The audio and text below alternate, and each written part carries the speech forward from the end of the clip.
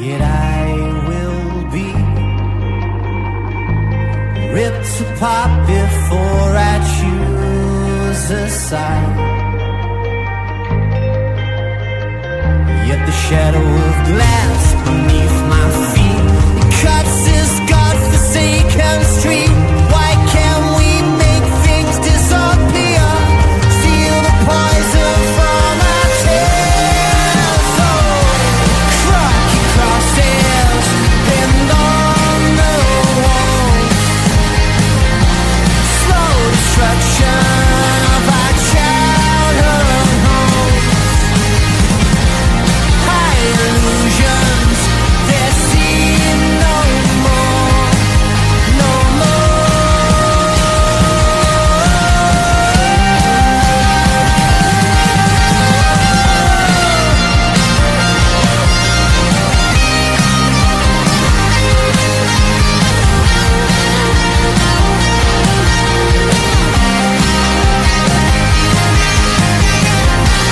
crocky crosses pinned on the wall. Slow destruction of our childhood home. High illusions, they seem no more, no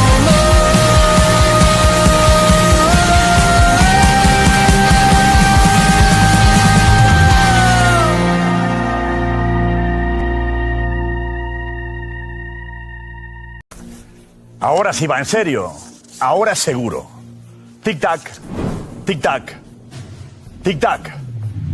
Empezamos. Hugh is here. Yes, people, welcome back to another stream. Yo, Hugh, why are you in the dark for, bro? What's going on, man? Why are you going to the dark show? I'm having a camera malfunction. Like, that's why I was late to the studio, because it wouldn't actually turn on to begin with. So you're lucky to have me here at all. Also, like, why have you fucking ripped all your City shirts down? Like, did you? Where are your City shirts gone? You had a fucking paddy when we lost a couple of games. Yeah. 3 draws in a row. I decided I'd pack it in. Bro just ripped his shirts down when we lost that game against Bodo. The guy was like, fuck off.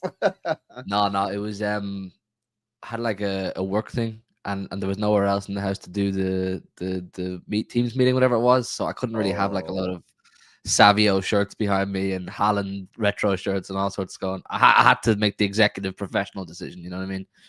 Right, fair. Got you. But yeah, big up to everybody in the chat, man. Smash these likes up as well. I have got the Girona game on. It was meant to be an Echeverri watch along, but yet again, the guy can't get a game anywhere he goes. He is on the bench, but Victor Hayes starts. And yeah, maybe second half, maybe we will see some Echeverri, man.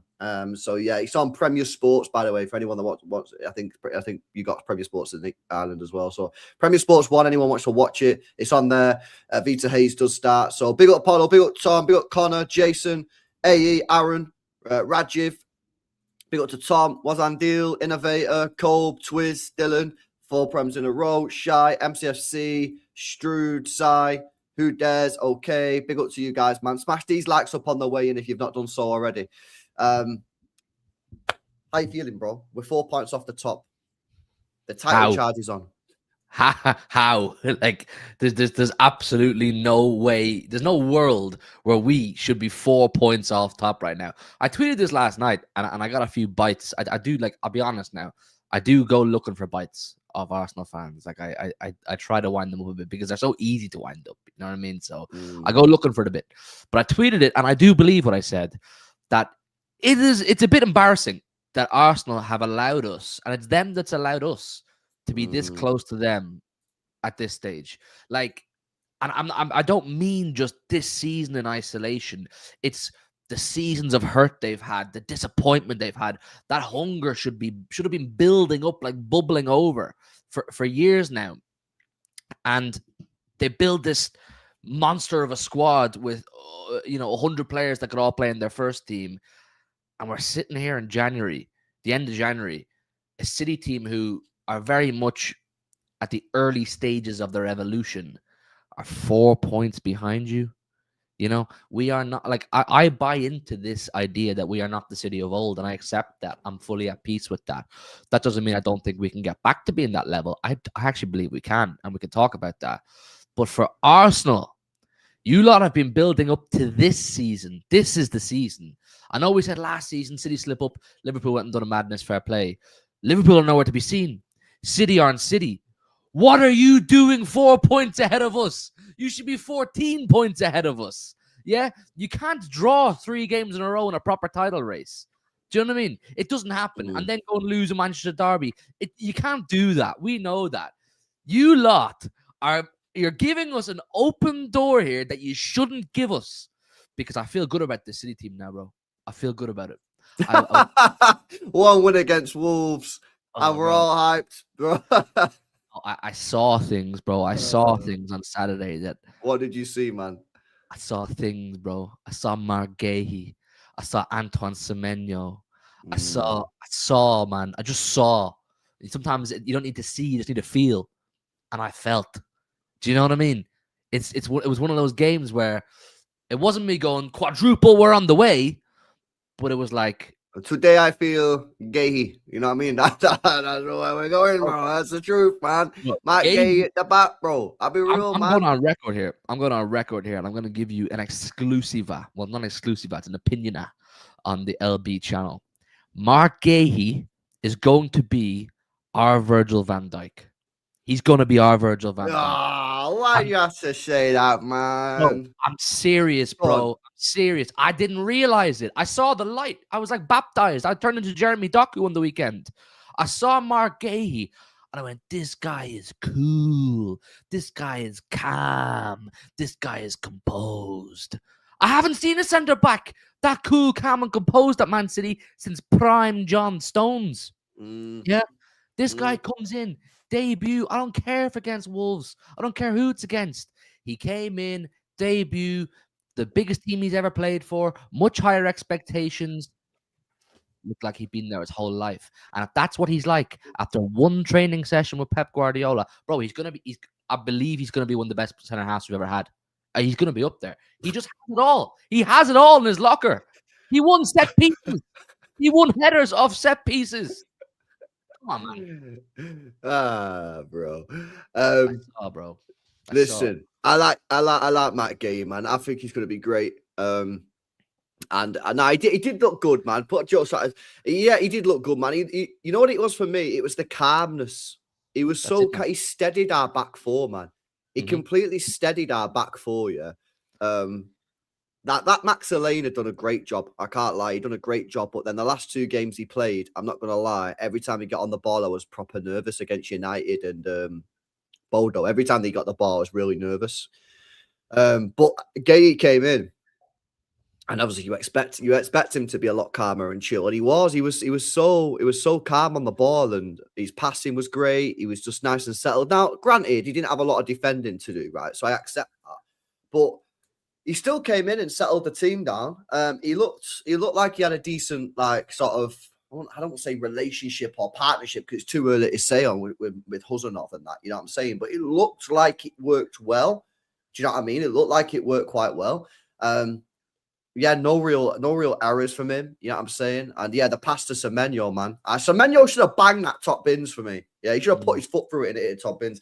But yeah, he looked really good, man. And I think he's going to be a real good player for us as well, man. Whether he'll be one of our best defenders, who knows? But I wouldn't be surprised if in like 5 years' time we're going, yeah, Mark Guehi's up there, like one of the best defenders we've ever had, because he has all the attributes. He has all the raw materials, man, doesn't he? Like he's not like Huzanov fast, but he's got a bit of pace. He's athletic. He's strong. He's good on the ball. He's got a good reading of the game. People's want to say like he's bad in the air. I didn't really clock any of that, to be honest with you. Against Wolves. So yeah, I think it's a top signing, man. And this thing is about but YK, this whole thing about is being too short. Ake wasn't the tallest player in the world. Sergio Ramos wasn't the tallest player in the world. There's a lot of centre backs that are not tall. Huge, man. Ruben Diaz isn't huge. Yeah, so this thing about like being like massive and being like 6'5", like I don't need that, bro. Yeah, I don't need it. Yeah, Martinez last night. Yeah, he was great against Arsenal for United. He's about 5'4", 5'5" or so. I don't know how big he is. So yeah, for me, like I think it's a great signing. And you know what as well, bro? Yeah, it's gonna give Pep a real decision. And he's kind of had the decision made easy by the fact that Gavardio's out for the rest of the season pretty much. But next year, if we've got Diaz fully fit, Huzanov fully fit, Gavadio fully fit, and Mark Guehi fully fit, Pep's going to have a big decision in terms of who he plays, because I'm telling you now, I'm pretty much okay with any of those guys playing at the back. If you want it to be Gavadio and Huzanov, fine. You want it to be Diaz and Guehi, fine. I'm cool with whatever. So he's got some decisions to make next season with them centre-backs, man. But yeah, it's a great signing. And for me, this reminds me of the signings of like 7 years ago when we were signing like players that were ready to take the next step. The Kyle Walkers, you know what I mean? Been at Spurs for a while, was one of the best right backs in the league, but needed to take the step, got him in. Bernardo Silva, slamming it at Monaco, but needed to take that next step. Kevin De Bruyne, Mahrez, done a mint job at Leicester, but needed to this is the guy for me. Like, he's been at Palace, he's captained the side, he's captained them to an FA Cup win, yeah. But he needs to take that next step. And for me, this is the perfect type of signing. And YK facts, Semenyo falls into that bracket as well. Mm-hmm. Yep. Players that have done the business, that are proven players. You know, this is not players that, you remember when I do the graph on paint and I get the thing and I go right to the bottom and I said, we signed too many players down there. Like, this is signing players who are ready to pop. They're proven players, man.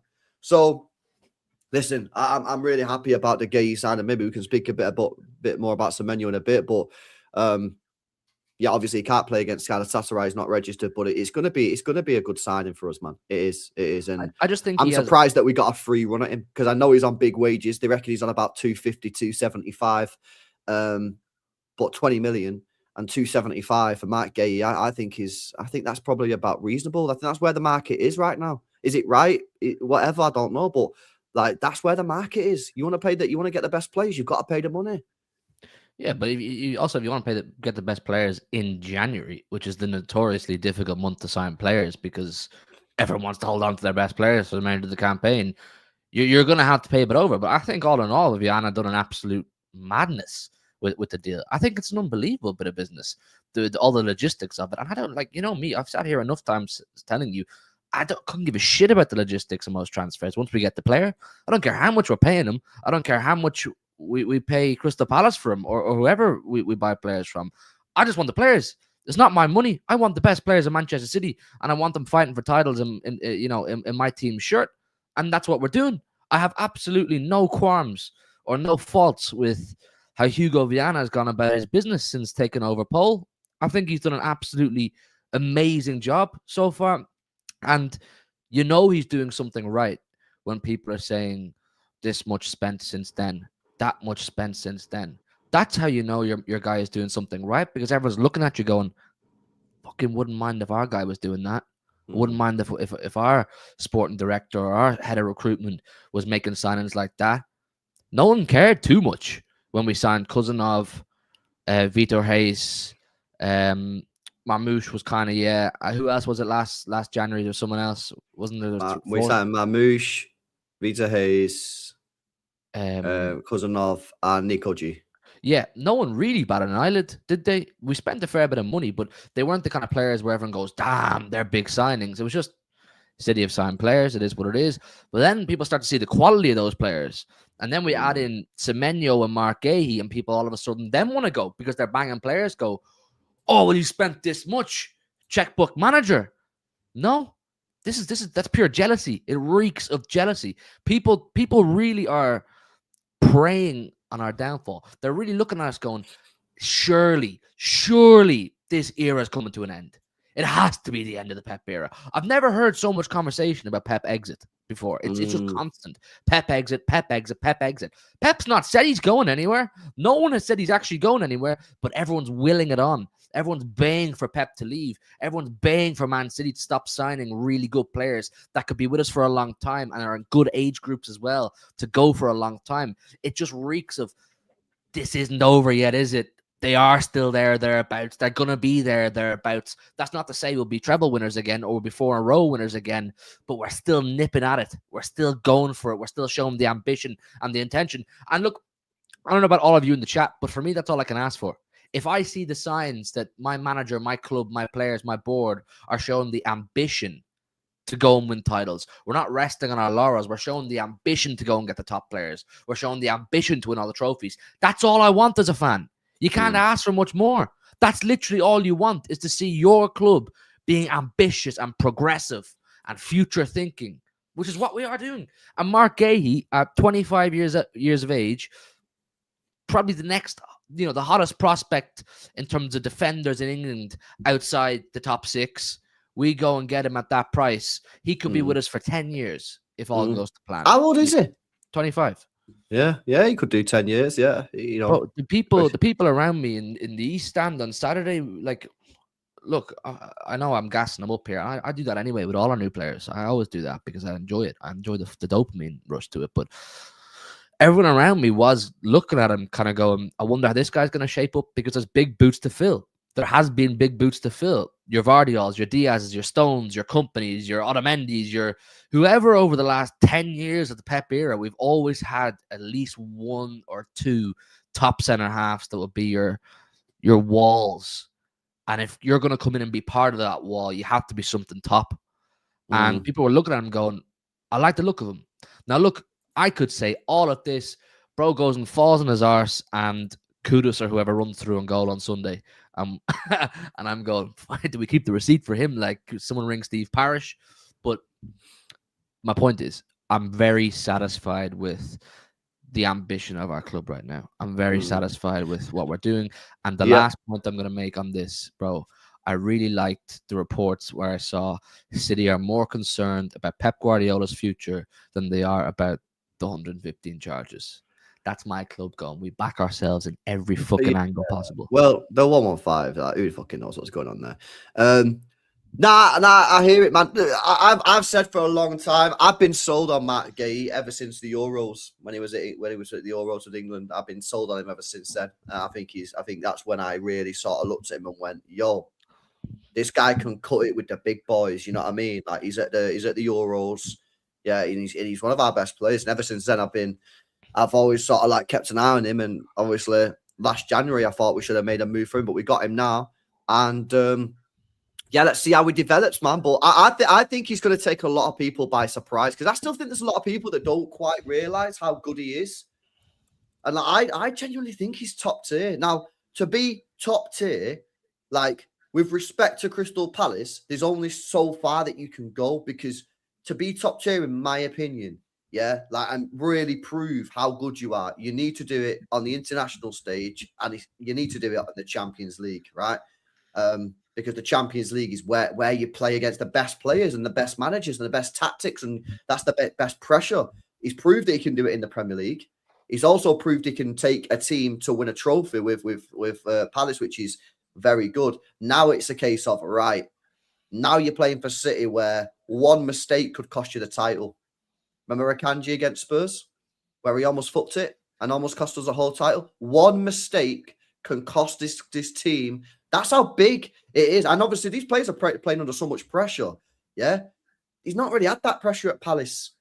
Like, the pressure that he's had at Palace is one mistake. All right, you get knocked out of the FA Cup or the Carabao Cup, right? But when you're playing for City, yeah, and I'm not trying to like belittle Palace here or anything, yeah, even though it might come across that I am doing that, but it's not meant to do that, yeah. The point that I'm making is, when you play under severe pressure, yeah, sometimes some players can't handle it. And we've seen that at this club. We've seen it at every club. Some players just can't handle the pressure. Will Guehi be able to handle it? I think he will. England did it there. Palace did it for the FA Cup. Yeah, like, there is a bit of evidence to suggest he can do it, but we'll see. I'm a big fan. I'm a big fan. And yeah, let's see how he gets on, man. Let's see how he gets on. Let's talk about the other side, and then we will get on to sort of the sort of like title race a little bit more. Semenyo, he's scored another goal. I actually think he should have had a hat trick on Saturday against Wolves. Maybe not a hat trick. Maybe that's a little bit harsh, but I actually do think he probably should have done slightly better with the volley. Like, he kind of hit it straight at the goalkeeper. But his first goal in the Premier League for City, that's his 11th of the season. Obviously 10 for Bournemouth, 1 for City now in the league. What a bit of play that is. You know what's crazy as well? I watched it on Match of the Day, yeah, the day after I went, or maybe at night time. I put Stuck Match of the Day on. And you know that first touch, by the way, with his right foot? Because obviously the ball comes to him from that angle, yeah, from Bernardo Silva. Yeah, he then takes the touch with his right foot, which then allows him to run onto it and just hit it into. Honestly, man, it's a really, really, really underrated goal. It's a really underrated goal. He hit the bar as well. And you know what's funny? I don't know if you saw my tweet, bro. Wow, Vita Hayes almost just scored a header. Mad save by the goalkeeper. Vita Hayes almost scored a header there, man. Yeah, I don't know if you saw my tweet, but I actually thought, right, Semenyo was pretty quiet throughout the game. And I said on Twitter, I think he's going to be the complete opposite of Jeremy Doku. Jeremy Doku's a player, yeah, that gets the ball, take players on, blah, blah, blah, blah, blah, blah. Yeah, he's 100 miles an hour, yeah? But, and this ain't Doku slander, but very little comes from it. He's got 1 Premier League goal, 6 Premier League assists this season.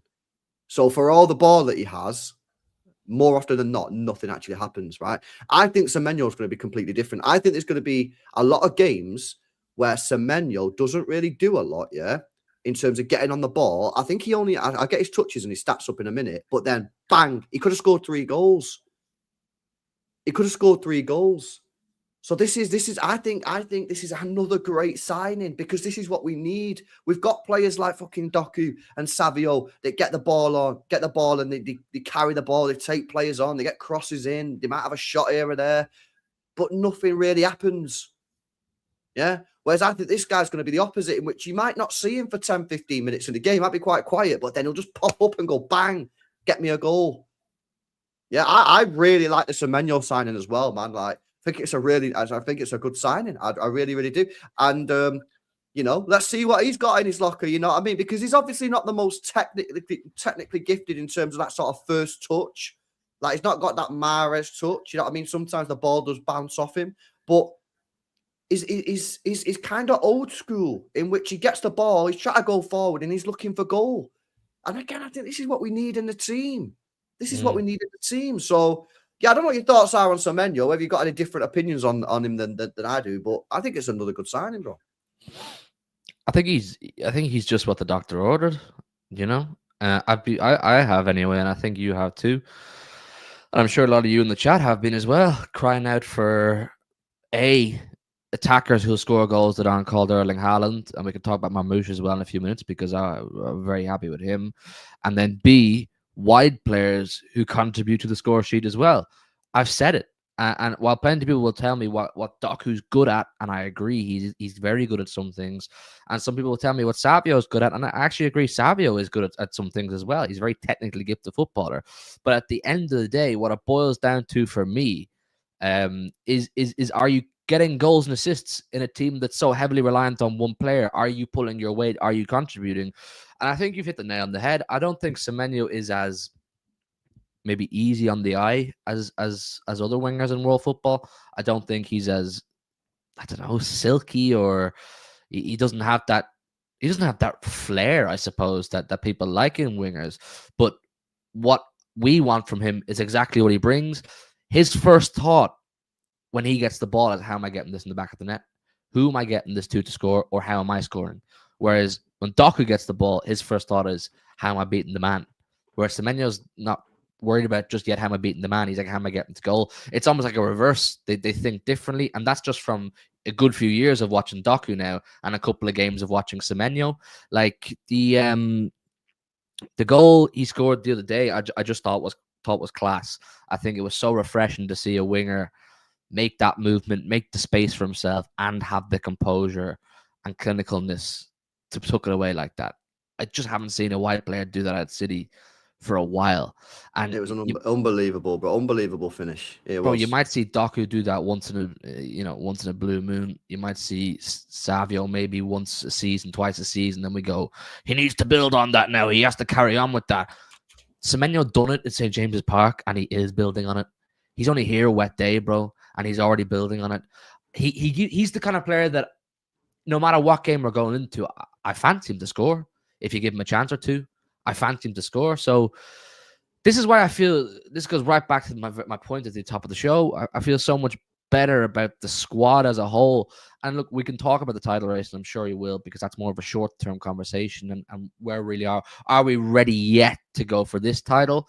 But I'm talking about longer term. the players that we've added now and the players who are developing nicely, including Kuzanov, including players like Nico Gonzalez if he's still alive. I think these are really good signings for the future of our squad as much as they are for the present. So Semenyo, I'm super gassed with, and I'll pair him up with Marmoush, who I'm also super gassed with. I think you were like me before AFCON. You're a bit frustrated with his lack of minutes, and you're kind of wondering what's the plan here for Marmoush. If this was all one of Pep's master plans, try and hold Marmoush back, try and keep this guy as fresh and as fit as possible for when it gets to the point where you're 4 points behind Arsenal and there's under 20 games to go and you've loads of competitions in. Unleash the guy. If that's what the plan was, fair enough, or if it's just a coincidence, fair enough too. But either way, what was it, 5 minutes into his return to Manchester after AFCON, and having barely played before AFCON, stabs a goal like that.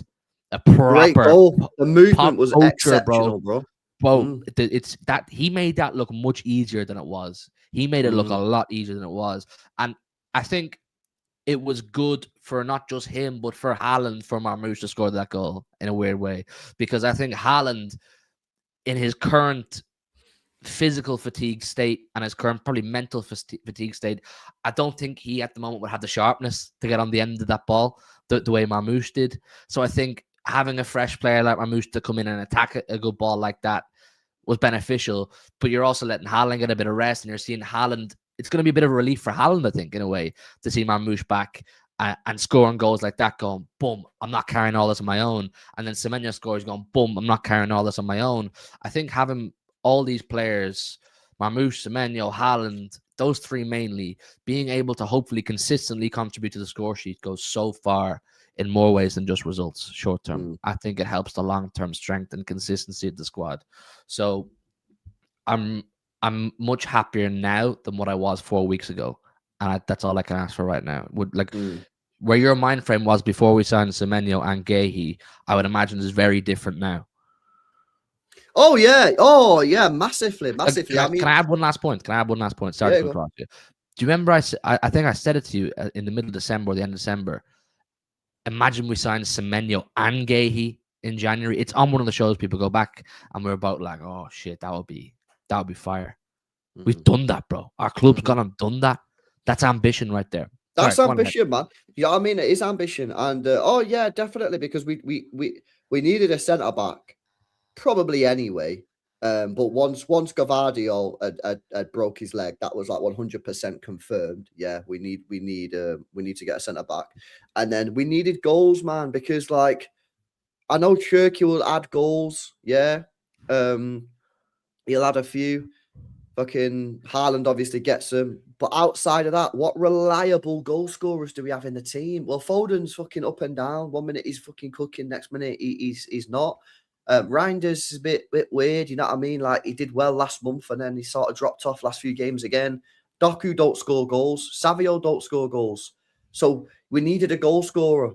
And this is why, for me, I just don't get why people was telling me that we didn't need Semenyo. I was like, you clearly don't watch City if you don't think we need Semenyo. We need a fucking goal that scorer. Squad in January was not a title-winning squad. I'm sorry. It just wasn't. It wasn't balanced enough. No.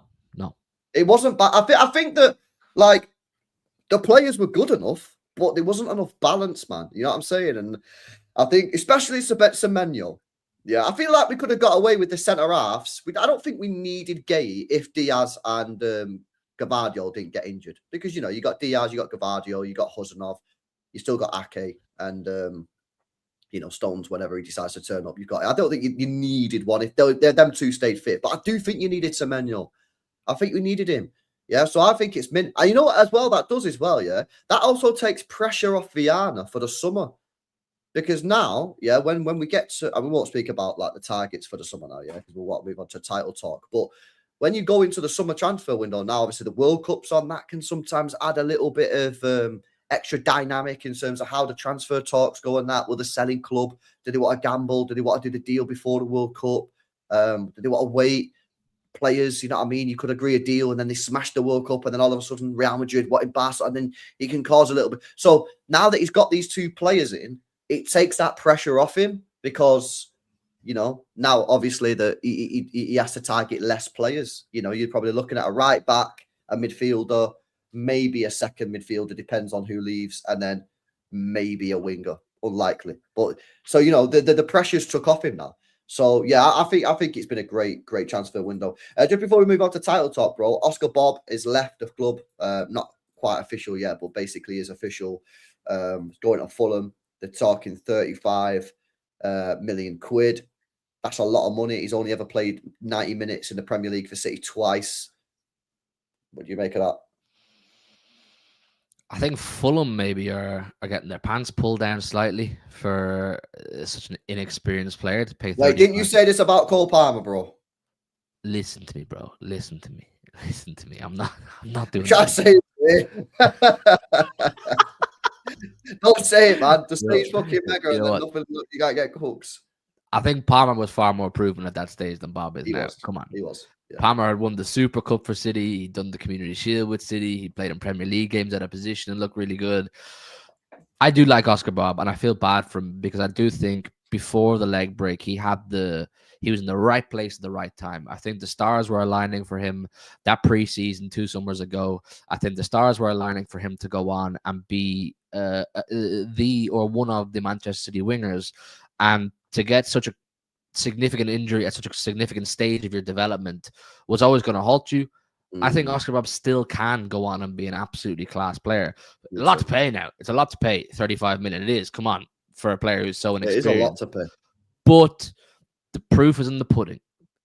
For clubs that have bought City Academy graduates with a small bit of first team experience at a high premium, it tends to work out well for them. So I think Fulham are prepared to take that gamble off the back of the history records, and I don't blame them. I still do think the small step down, or the big step down, with all due respect to Fulham, the big step down in responsibility and pressure and expectations will be good for Oscar Bobb to just get back into the developmental stage of his career, because I think at City, he was caught in a position of, I need to develop more. I need more experience. I need more time because I missed out on a year. But there's this pressure on me to be a title-winning winger, which it doesn't work. It's a double-edged sword. It's not compatible, is it? No. Wasn't compatible. His needs as a player, especially coming back from that leg break, were not compatible with what Manchester City required. Exactly. Manchester City required a winger that could produce on a consistent basis, and he required a team that was understanding of his need for minutes, need to chill because he's not going to be great every game because he's trying to get back to fitness, he's trying to get his confidence back, blah, blah, blah. And unfortunately for him, that just wasn't really compatible. So this season, he obviously did start off the season getting quite a few minutes. In fact, if I look at the guy's minutes this season at the start of the year, started the game against Wolves, started the game against Tottenham, started the game against Brighton. He started all 3 games, didn't really do anything. And then after that, I think Pep at that point went, you're not doing enough. 3 minutes, 0 minutes, 28 minutes, 76 minutes, 31 minutes, 60 minutes. Left at home, benched, 13 minutes, left at home, bench. So he did start the season. I think Pep tried to give him that opportunity at the start of the season, but he didn't take it. His career was dying, bro. His career was dying. Yeah, and I think he had to look elsewhere quick before his stocks plummet more. I agree, more especially with the World Cup. So I wish him well. I think Fulham is a great club for him to go to. I don't think the expectations are as high. The pressure's not as high. He's going to get a lot more freedom. The fans are going to be a lot more patient with him.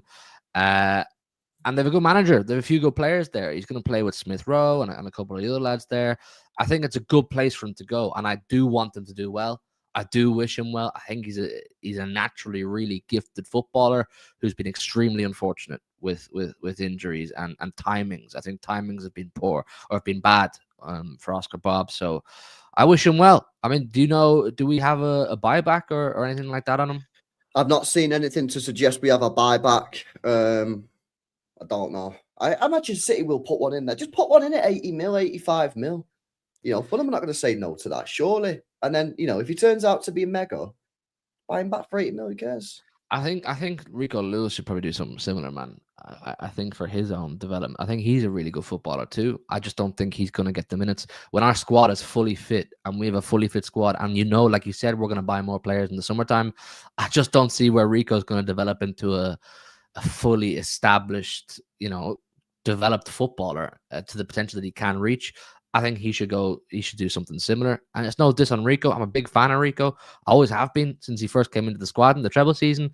But we're on a trajectory right now, and Viana has us on a trajectory of we buy what we need now, and we buy a certain level of proven that are going to come in and impact straight away. Like you've seen with Semenyo, you've seen with Guehi, and you're going to see in the summer with 2 or 3 more. So for Rico, for his own development, I'd go and find somewhere. Being totally honest. Okay. Right. We'll do super chats and then we'll talk title talk, guys. Where we at with the title? See what Hugh's saying. See what you guys in the chat are saying. But listen, guys. One last time, Oscar Bobb. Come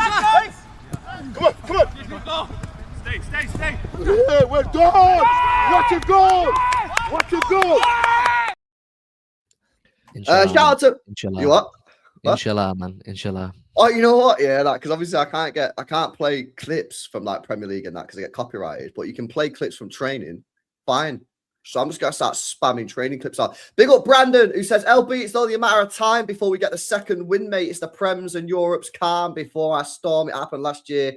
That's why we qualified for the Champions League. We just need to stay healthy." Well, on that, on the healthy thing, Did you see the Pep comments today about injuries? No. Run me through it. You got to connect the dots when it comes to Pep Guardiola. But the thing is, with his dots, they take a while to connect, though. Do you know what I mean? He scatters them. Yeah, sometimes you got to be like, use AI and that. You know what I mean? Pep said, "We have incredible doctors, incredible physios. They work 24 hours a day. I believe Johan Cruyff, my mentor, my idol, my everything. He said to me, when a player doesn't want to be injured, they will not be injured.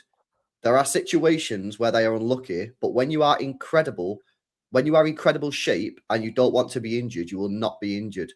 Unfortunately, we have a lot. That is the problem we have right now." So, listen, I always say, Pep Guardiola gives you stuff, in the media, in the pressers, but he doesn't say it direct at you.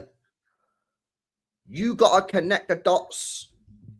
He'll drip feed your shit, man. He'll drip feed your informations.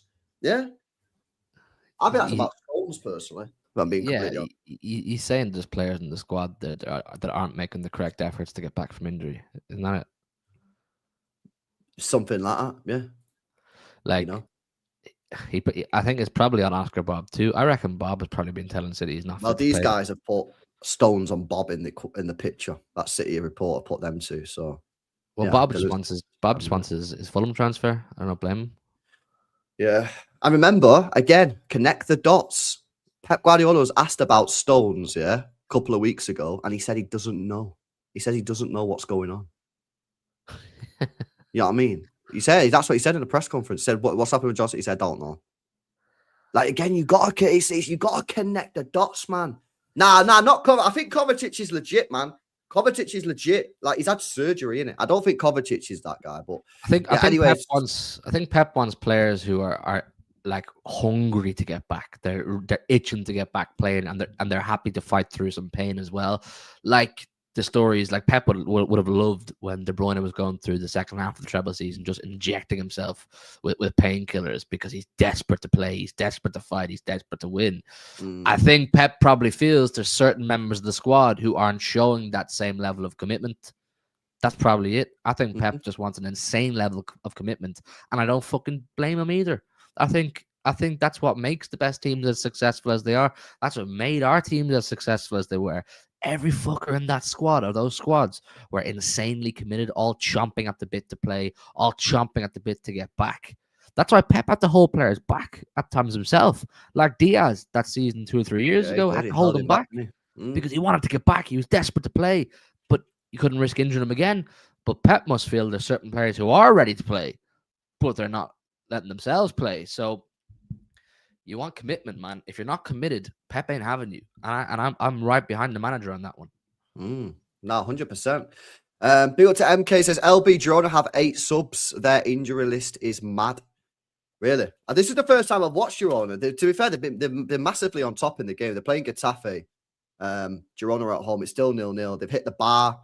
Girona. They also had a Vitor Hayes header saved by the goalkeeper. It was a great save, to be fair to him. But yeah, hopefully it stays 0-0, because if it stays 0-0, there's more chance that Echeverri will come off the bench later, won't they, when they need a goal. So yeah, we'll keep watching, man. Shout out to MK. Shout out to Snoopy as well. He says everyone spends money, we just spend it well. Yeah, exactly, man. You know what it is, yeah.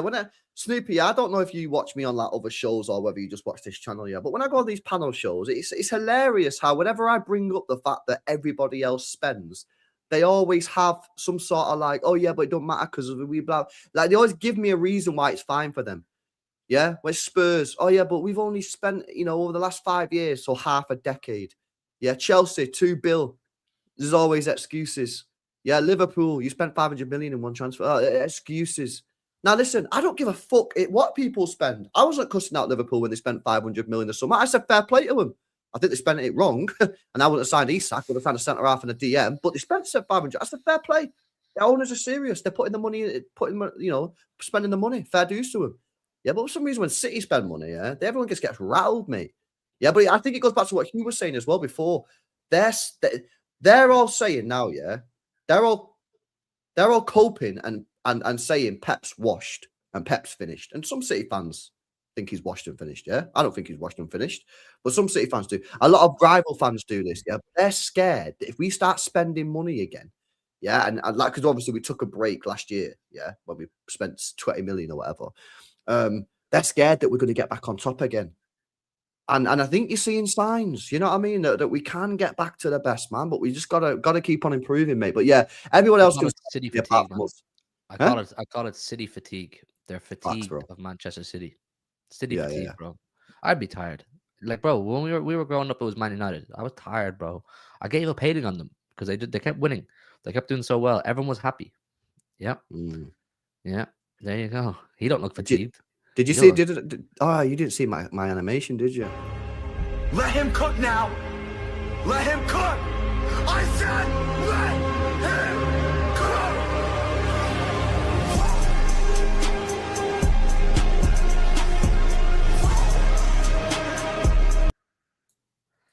Cold on, huh?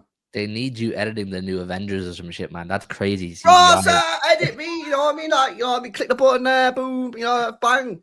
You know what I'm saying? Oh, you're like Spielberg or some shit, man. You're top of the game. That's crazy, bro. But he's a dunny, bro. Caldoon scouting me to edit City's videos and it. You know what I'm saying? Come on, like Caldoon, chill, bro. Yeah. Let's finish off these chats before we talk title race. Shout out to Tex. He says you guys will judge everyone on the team purely on goals, then get angry when we can't create chances because the creators are on the bench. I don't know if you just got that impression from today, but I certainly don't believe that is the case. In fact, funny enough, I did a stream this morning whereby I did a start 11 with Marmoush, Haaland, and I think maybe like Doku or someone. And I actually said I can't play that team because it's not balanced. There's not enough creativity. So that's not true. Maybe you got that opinion just off this one show. The point is you need players that can score goals. I'm sure you agree with me on that one.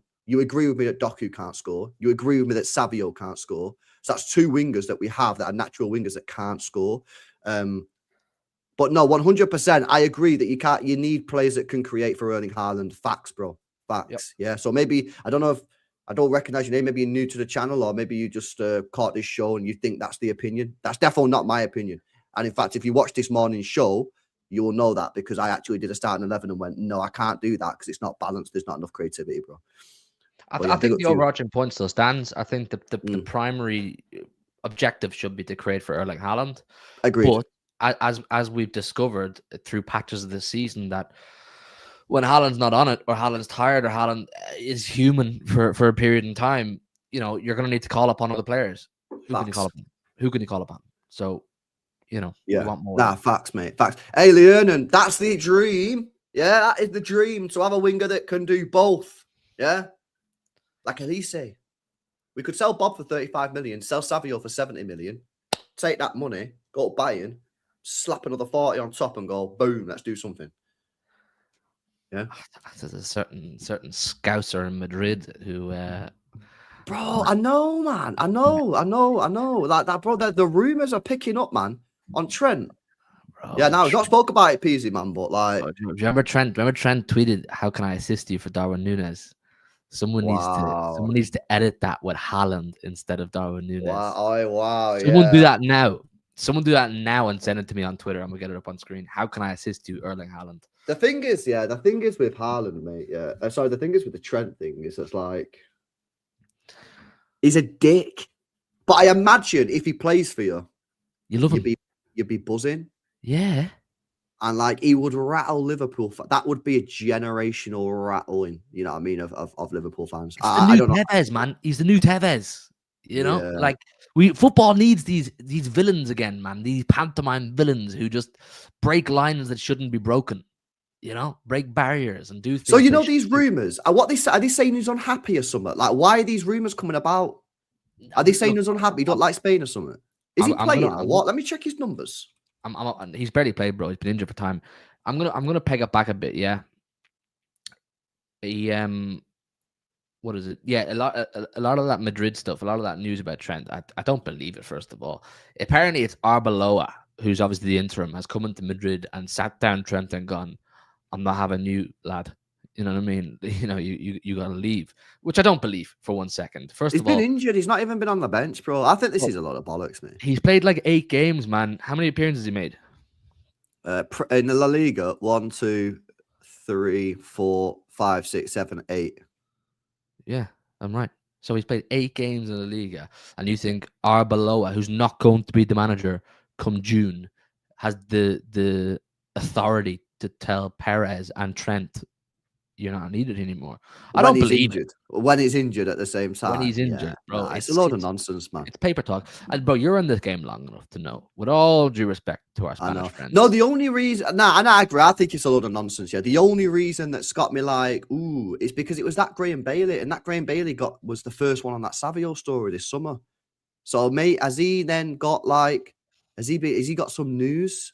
Pep would love him. Pep would love. Pep would love Trent, man. He would love him. Yeah.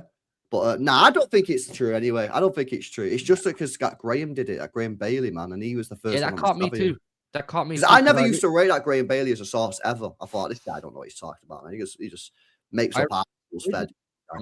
But then when he got that one, because I remember I was doing a stream, yeah, and someone come in the chat, in the live chat and put a message and put, "LB, Martin's just done a stream with Graham Bailey, and Graham said Savio's going to Spurs."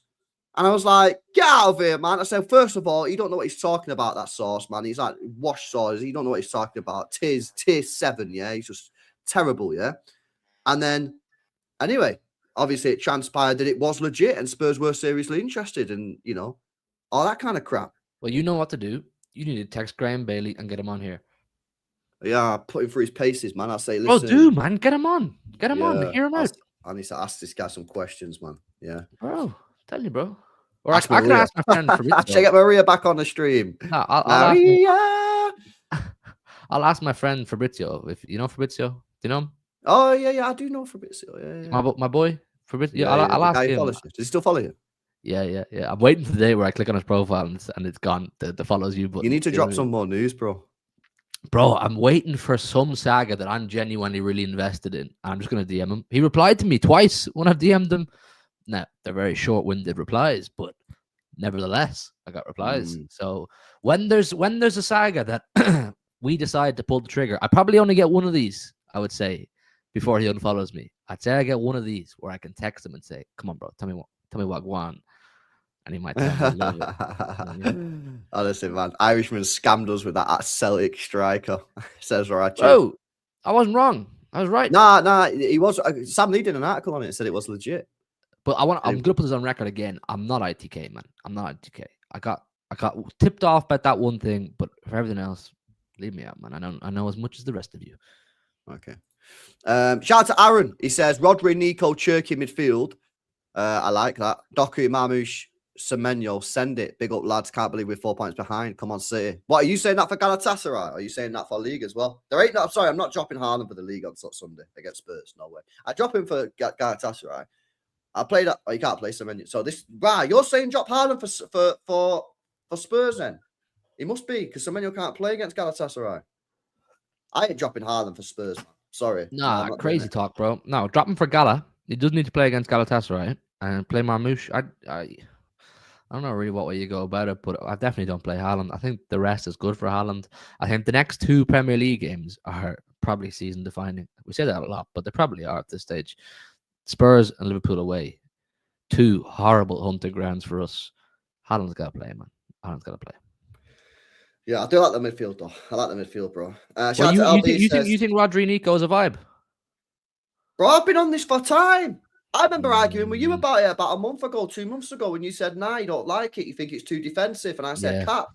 It's too Arteta for me, bro. It's too Arteta.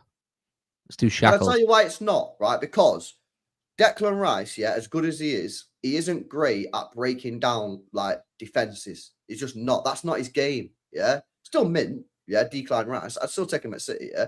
But he ain't that guy to break down a defense. He's a sort of, he can run up and down the pitch, he can get stuck in, he can make tackles, he can block, all that kind of shit, yeah, and then he can pass the ball to someone who can break down, or he can shoot from 30 yards, right? But he ain't really that guy to unlock a defense, right? Zubimendi actually has a little bit more of that, but he's still not that guy. We know Rodri can unlock a defense. We've seen it for the last 5-6 years. He can also score a goal, and Nico Gonzalez is naturally an 8 anyway. So he should have a little bit of that in him to be able to unlock. So I think it can work. And if you play, and the thing is as well, yeah, they have Odegaard in front of them who does nothing. He's shit. We have Cherky who can unlock defenses. So I think as an attacking unit, ours would be well better than theirs. Well better than theirs as an attacking unit, man. I don't know. I think it's one of those ones that you throw out there and you find issues with it pretty quickly. You see it. I mean, maybe. away. And I've said, listen, you might play it and you might find out that it stinks, yeah. But I think we need to try it.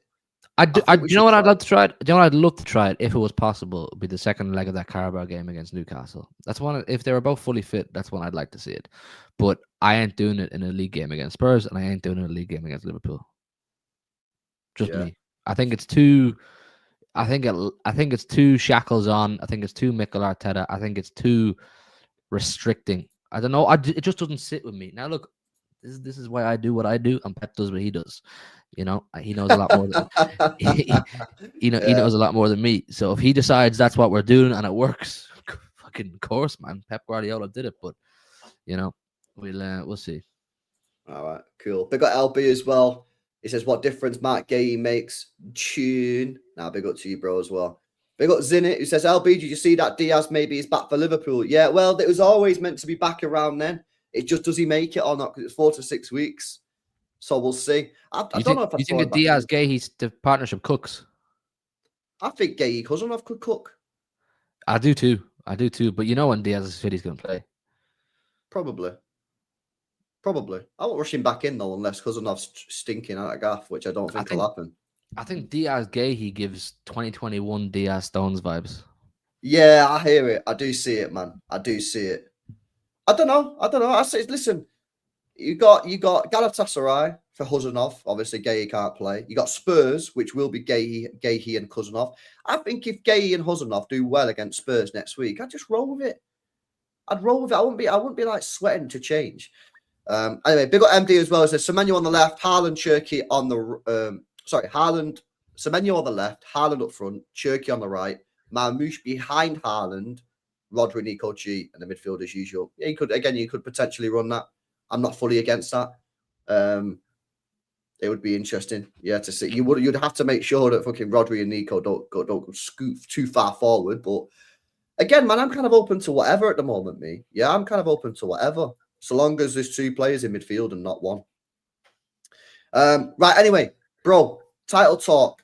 Where are we at here? Obviously, you mentioned, we spoke about it a little bit right at the start, right? But with 4 points off the top, somehow, don't really understand. Arsenal are letting us back in the race rather than Manchester City are clawing our way back into the race. City have won 1 game in the last 5.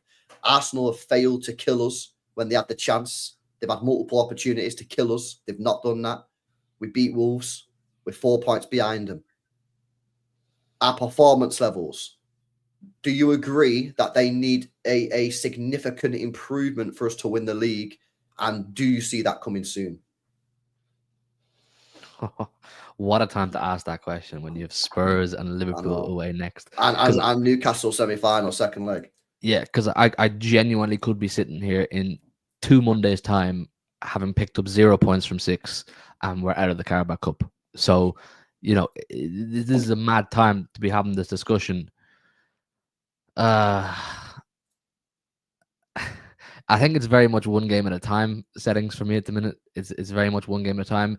Now, look, it's a funny dynamic because I think with leagues gone by, you don't get an opportunity to have a second wind, do you? You didn't get an opportunity to have a second wind. You're full throttle for most of the season, and then at this stage of the season, you go into your top gear and you go right to the end. Whereas we've been afforded the opportunity to fall off, come back, been let back in, and we have now the opportunity to build a second wind. Whilst, like I say, 2 Mondays' time, I could be sitting here going, we fucked it again. We could also be sitting here going, this team have found their second wind. This team have found their stride. We're right back fucking in it. Like, I'm only human. If we were to go to Anfield and win, big if. If we were to go to Tottenham and win, big if. I'll get giddy. I don't want to hear this big if at Spurs, me. We fucking beat them 2 years on the bounce at that ground, and they're absolutely dog shit, man. Like, I'm not having this, let's go there and win the game, man. Yeah, listen, let's siege mentality. Let's go there and win the game. Come on, boys. Let's rally troops. But City and Spurs is a bogey game. I don't care. Yeah, but we still beat them twice in the last 2 games at their ground. And they beat us this season at our ground. Yeah, but this game ain't at our ground. It's at their fucking their ground. And their home record, by the way, is disaster. So they spent £1 billion on that stadium. They can't fucking win a game there. Oh, it's the most City-coded thing ever for Thomas Frank to be on the verge of sacking and we save his job. I know. I'm aware. I'm just like, can't be asked with this anymore. Like, I want us to just like go and fucking win the game. You know what I mean? Look, I believe we will win the game. But you're asking me, are we back or are we in this race? I'm talking about them as a pair, Anfield and Tottenham. I think in isolation, I back us to win at Tottenham on Sunday. I do, and I think we will do it. I think the team will take a lot from the Wolves game. I think the team will take a lot from Guehi's arrival and Semenyo's impact, having a bit of rest as well. I think if we're going to do 2 wins out of 2 over the next 2 weeks, the team is probably in the best place it has been to do so. So I have confidence, I have chest, but I also have the knowledge of the last 6 months to know that City are a bit of a fucking up and down team. You know, we can't turn up and be brilliant one day, and we can't turn up and be Chelsea at home the next. So it's a case of, are this team going to come together in the dressing room, on the training ground, and go, Arsenal have opened up a fucking door they really shouldn't have. They should not have given us this bit of light into the room that we can see now. So are we going to come together and grab it? Are we going to stop pretending to be injured and come back? Are we going to work that bit harder? Are we going to track back that bit more? Are we going to look for the big man that bit more? Because we've been given an opportunity that we don't fucking deserve, truth be told. You know, we shouldn't be 4 points off top, but we've been afforded the opportunity to build a second wind. So the fans, the players, the management, the staff, if they're all fucking on it and everyone goes to London, then Liverpool, and everyone's like, right, this is now where we do it. We had our slip in January. We had our slip at the Derby. We had our embarrassment in Bodo. Let's go and put something together. I'm not saying win quadruple, but go and win a major, because the firepower is there now.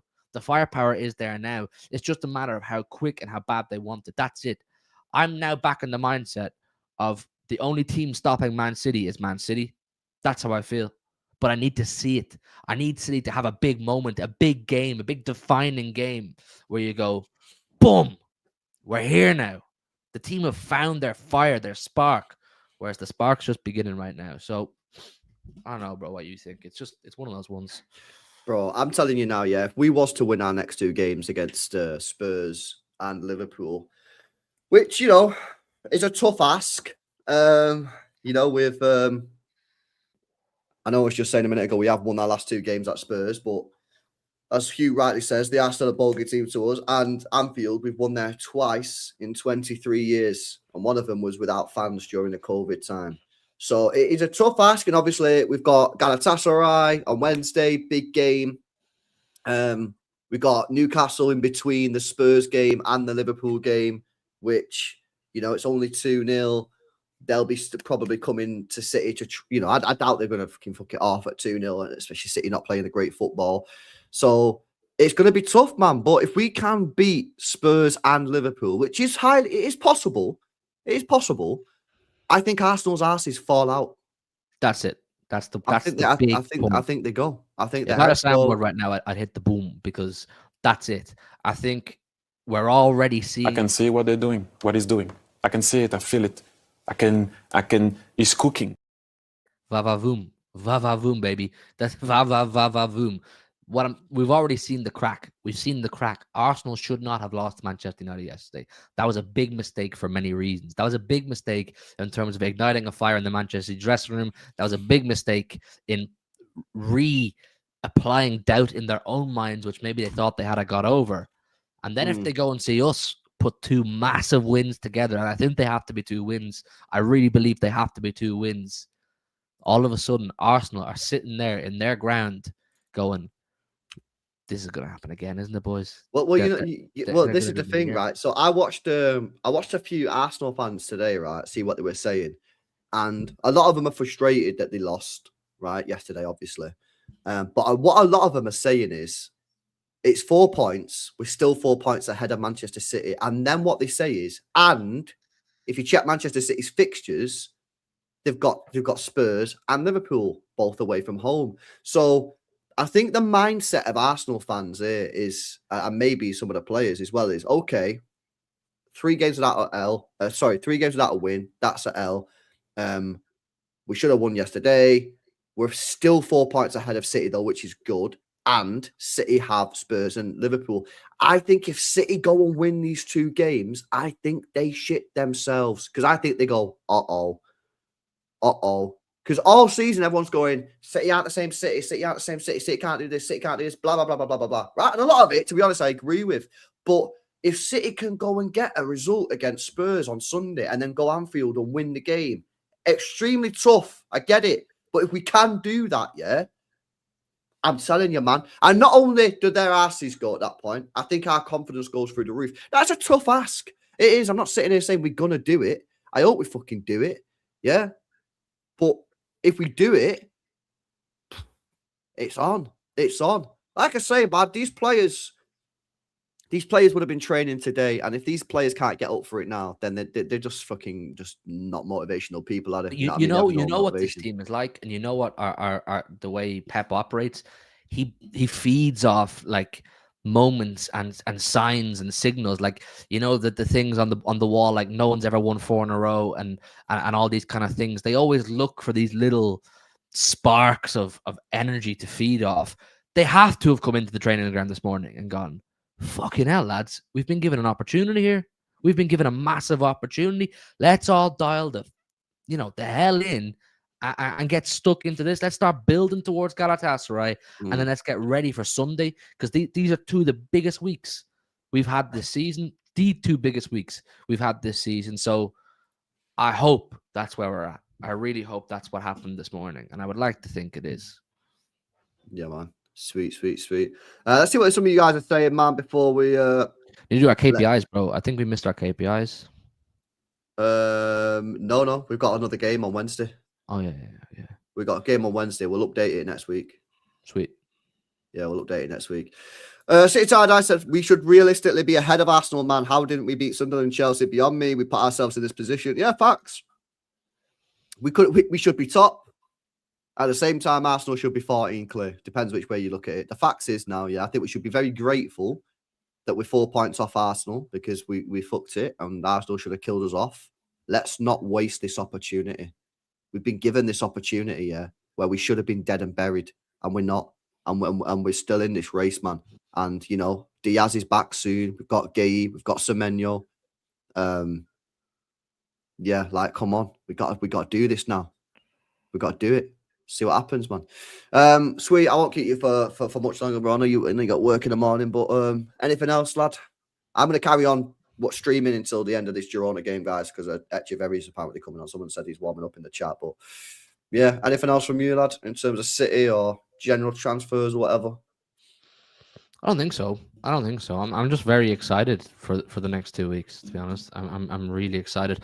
I just want to get this Champions League stuff out of the way this week, and where we end up, we end up. If we end up in a playoff, it is what it is. If we end How up, you sort of like approaching this game? Because there's a bit of a split when you speak to City fans about how do we go into the game. Do you spam out your best team, your best 11, and go for it? Do you sort of do a hybrid approach? Do you fuck it off? I think there probably only really is one team you can pick with no Guehi and Semenyo available, isn't there? Like we're not. I guess, yeah. I guess the question is, do you play Haaland? I guess that's a question. Or do you save him? Do you save Haaland for Sunday and keep him fresh? Or do you, I save him for Sunday. I save him for Sunday. Yeah. I think if you don't have enough faith that Marmoush is good enough to play against Galatasaray at home on Wednesday, then you don't back the guy at all. Yeah. I go strong. I just don't play Haaland. Yeah. I go strong, but I don't play Haaland. I think that's exactly what I do. You keep him on the bench, and you bring him on if needs be. But I don't know. For in my head, the Spurs game this weekend is bigger. It is. It's much bigger. I agree.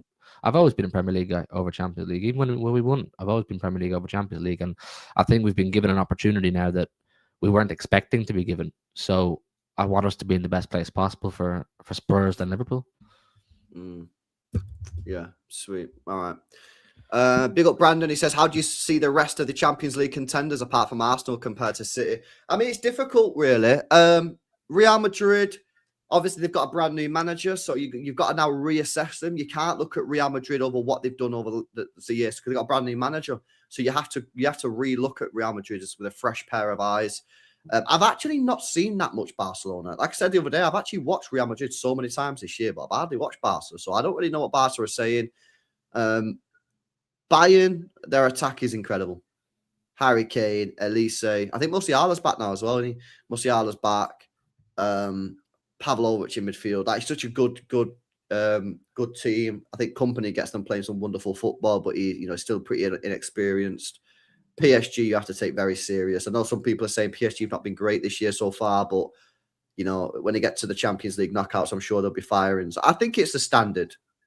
That people. The thing is with Arsenal, I think when they play in the Premier League, I think a lot of teams make it more difficult for Arsenal to play football. They sit back a lot more. Whereas when I watch them in the Champions League, I see teams being a little bit more open. I remember going back to the game. I did a watch along Arsenal versus Bilbao. It was probably about 8 weeks ago now, and it's nothing like watching Arsenal in the Premier League. Bilbao were trying to play football. They were trying to play techie football and shit. And in the end, Arsenal got the 2 goals, and I think they won 2-0. When you watch them in the Premier League, and I think people are realising this even more as the season goes on, just sit back against Arsenal. All right, you'll concede corners, and that's a problem in itself. But if you sit back against Arsenal and defend and play low block, man, I don't think they have the players to break you down. Now, the consequence is you're probably going to concede a lot of corners and set pieces and shit, which they're very good at. But,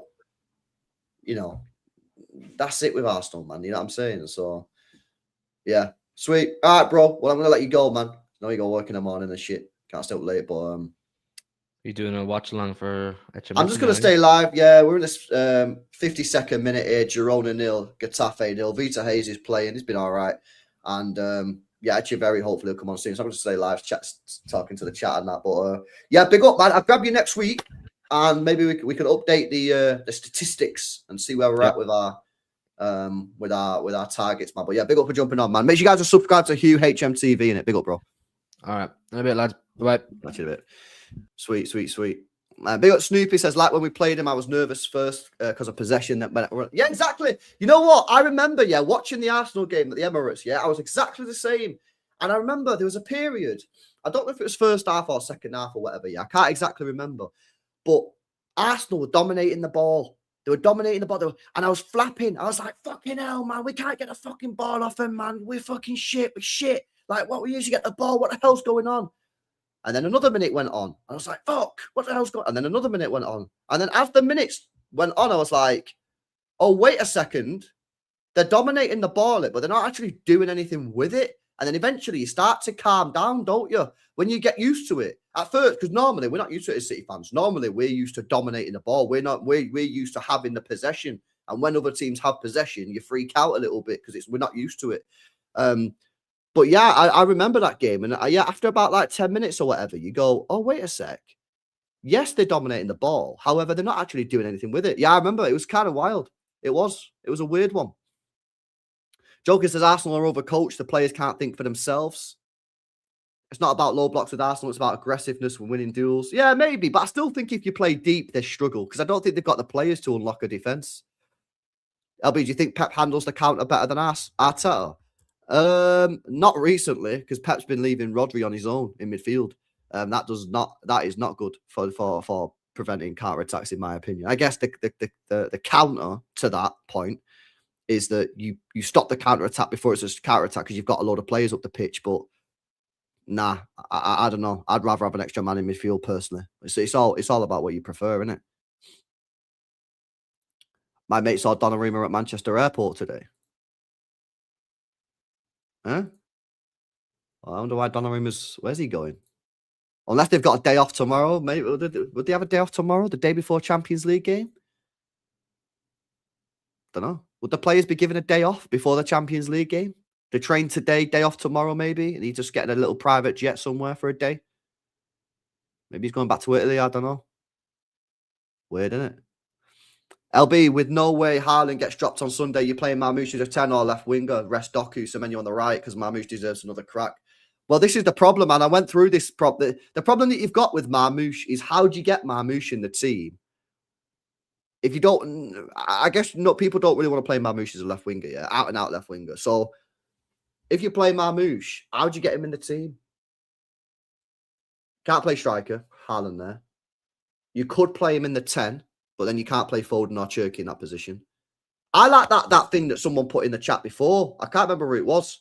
I don't know if you're still in the chat, whoever it was before. Someone put a message in before and said, I think it was Cherki right wing, Haaland up top, Marmoush in the 10, and then was it Doku left wing? That's cool, but then you're not playing Foden. But then Foden doesn't really deserve to play at the moment because he's not been great. I don't know, isn't it? This is the first I've heard of this Donnarumma stuff. This is literally, I've not heard of this Donnarumma stuff at all. I've only literally just heard of it now. And I don't even know if it's fully true. And he might just be going on holiday. They might have a day off tomorrow. They might have a day off. But yeah, the problem with Marmoush, I honestly wouldn't be surprised if Marmoush got off in the summer, you know. I honestly wouldn't be surprised. I really like him. I think he's a good player. I struggle to see how he gets in the team on a regular basis in the starting 11, the way we set up. Unless he plays him off the left, but plays him infield. But then does he want to play that? I don't know. Wouldn't surprise me if he gets off in the summer, man. Apparently, Romy says there's no training tomorrow. Yeah, he did. He played off the left and then drifted infield, didn't he, a lot? Is Echeverri on the pitch yet? Is that him there? No, it's not Echeverri, is it? Nah, I don't think Echeverri's on yet. Playing behind Haaland. Yeah, I'd like it. I don't mind. Not as a winger, more as an infield. Yeah, exactly. If you're going to play Marmoush off the left, man, you can't play him as a touchline winger for me. Because I don't think he's got that burst of acceleration. And it's just not his game, is it? Marmoush is a goal scorer. That's what he is. He's a goal scorer. So he's sticking him on the wing. Saw that about. You also might, yeah, true. He could be picking someone up, Normsky. He could. Donnarumma might be picking someone up. Taxi duty. LB, it's fake news. Saw any story still in England. There you go. LB, would you rather Arsenal win the Prem, but you win the Champions League? I'd say that. Yeah, Arsenal win the Prem, City win the Champs. Yeah. All right, that'd be a bit annoying listening to Arsenal fans, but as soon as we win the Champions League, we can say Warrior UCL, innit? They've not won the Champions League. Yeah, I'd take that. Listen, lads, you've got to leave. You can't win everything. Someone's going to win the league. It's not going to be City. It's probably going to be Arsenal. So yeah, if you offered me the Champions League now, but said Arsenal win the Prem, I'd take that.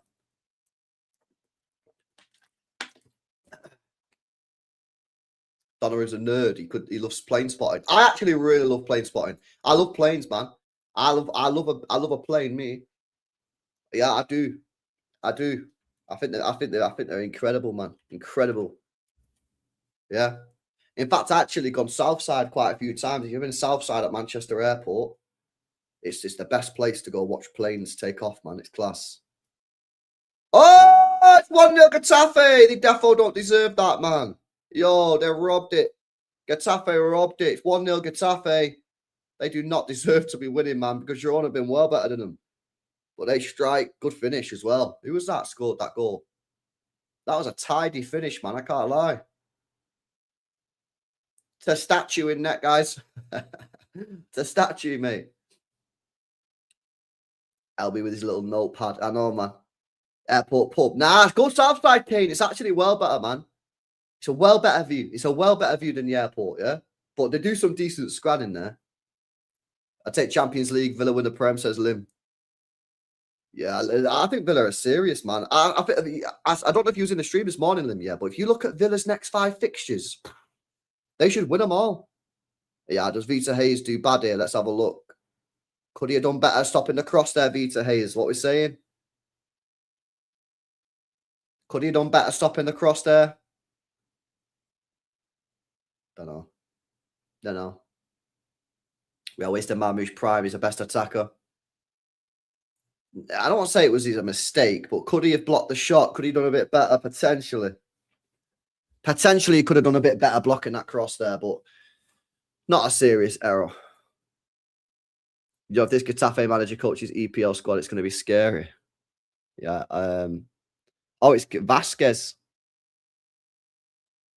Wait, it's not the Vasquez, is it? Is it Vasquez or a different Vasquez? Ain't no way that's the Real Madrid geezer, is it? Oh no, this is Luis Vasquez from Argentina. Argentina, techie baller, guys. What I tell you about these guys, man? These Argentinians, yeah, they're gonna win the World Cup again soon. Whether it's this year or in 2030, yeah, they're gonna win the World Cup again soon, man. The amount of techie ballers Argentina are producing right now is a joke. Luis Vasquez, second. Oh, he's on loan. Who's he on loan from? Anderlecht. He's on loan from Anderlecht, man. Fair play, man. That was a tidy finish, that as well. That was a tidy finish, mate. That was a tidy finish. But Blind kept on everyone. Yeah, I know. I did see that. I've seen that. Daily Blind. Who win the World Cup next? I don't know, man. I want to back England, man. We've got the manager for it. Tommy Tuchel's a cup manager. He's a very good manager in cup competitions. You know, the style of football is I think suited to cup competitions. He's got players that suit that style of football. But yeah. Yo, Echeverri's coming on the pitch, man. Echeverri season. Come on, lad. Hey, Echeverri. Where's the clip, man? Replacement number 13, Mario Echeverri. Fucking come on, lad! Echeverri! Echeverri gonna cook, guys. Yeah? Echeverri, G&A. Come on, we would be there. He's on the pitch. Where's my vitamins gone, man? Fucking hell, I've waited ages for this. Echeverri, watch, man. Yo, Echeverri, bro. Let's freaking go, lad. I don't understand why Leverkusen didn't play him more. Bro, like, he come on in that Champions League game, yeah? He got him in a goal or an assist. I can't remember what he did now. And then he dropped him for the next game. All right, Claudio. Come on, bro. I know you're not kicked a ball. Right, just remember, yeah, I'm not trying to make excuses, yeah? But he's not kicked a ball properly for a year. So I'm just letting you guys know in advance, yeah, just in case he doesn't play well or he looks a little bit like laggy or whatever. Just remember that he's not actually played a game. He's not played proper football for a year. Like, you know what I mean? So just go easy on the kid if he doesn't play well, you know what I mean? But yeah, we're on now. Echeverri, watch. See this guy cook, man. Do you remember when we did all the watch-alongs back in February, yeah? And then City reported that, like, they've got, like, load of people started buying Echeverri Manchester City kits, and, like, City were like, what the hell's going on? Oh, that was mad. Do you remember that report about Echeverri back in Feb? Manchester City reported that a load of City fans started getting Echeverri on the back of the kit. And we were like, what the hell's going on? Yo, man, definitely should have got commission on that one for our big rule. Oh, Etchy ball, yeah. Madness, man. Crazy. Do you think lone players like Grealish can be written? Nah. Jokers, nah. Grealish is dusted, man, at this club. He ain't going to play for City ever again. I don't think he just left for footballing reasons, mate. I don't think he just left for footballing reasons. Nah, he won't play for City ever again, mate. He won't play for City ever again. South American talent is doing a madness again. I know. It's actually wild. It is actually wild, mate. I like that Esteval, mate, at Chelsea. I think he's mega. I think that Esteval's like what Semenyo was meant to be, wasn't he? But he can actually shoot. Yeah, I really like him, Esteval. I think he's top player. It just pisses me off why Chelsea fans like glaze him heavier than like they need to. Do you remember when they started saying he's like on the level of Yamal? Like that started winding me up, that, because I was like, nah, don't do this, man, because I actually like this guy. And you're going to make me start cooking him. I went City shop next to the stadium. One of the display dummies had Echeverri on their shirt. Oi! Echeverri prop. We love to see it, man. We love to see it. I still think there would have been a place for him in this squad, mate. I still think that we could have done with him. He would have played more games for City than he did for Leverkusen anyway.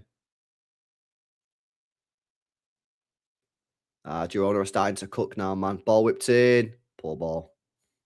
Not sure who that was. Wasn't Echeverri anyway. Grealish and Phillips, the first guys to get their numbers taken while they're still here, says NCZ. Yeah, look at the type of players we're signing now. They're God-fearing, disciplined players. I doubt we ever sign a player with off-the-field antics like Grealish again, especially if it's a lot of money, bro. Especially if it's a lot of money, mate. Is he going to miss the City game? Yeah, let me check. I asked this morning. People said, nah, he's going to be back. Premier League injury table. Newcastle. Bruno Guimaraes.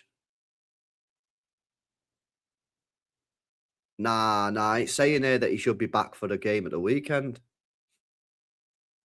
I think he'll be back for the City game, mate. It says here,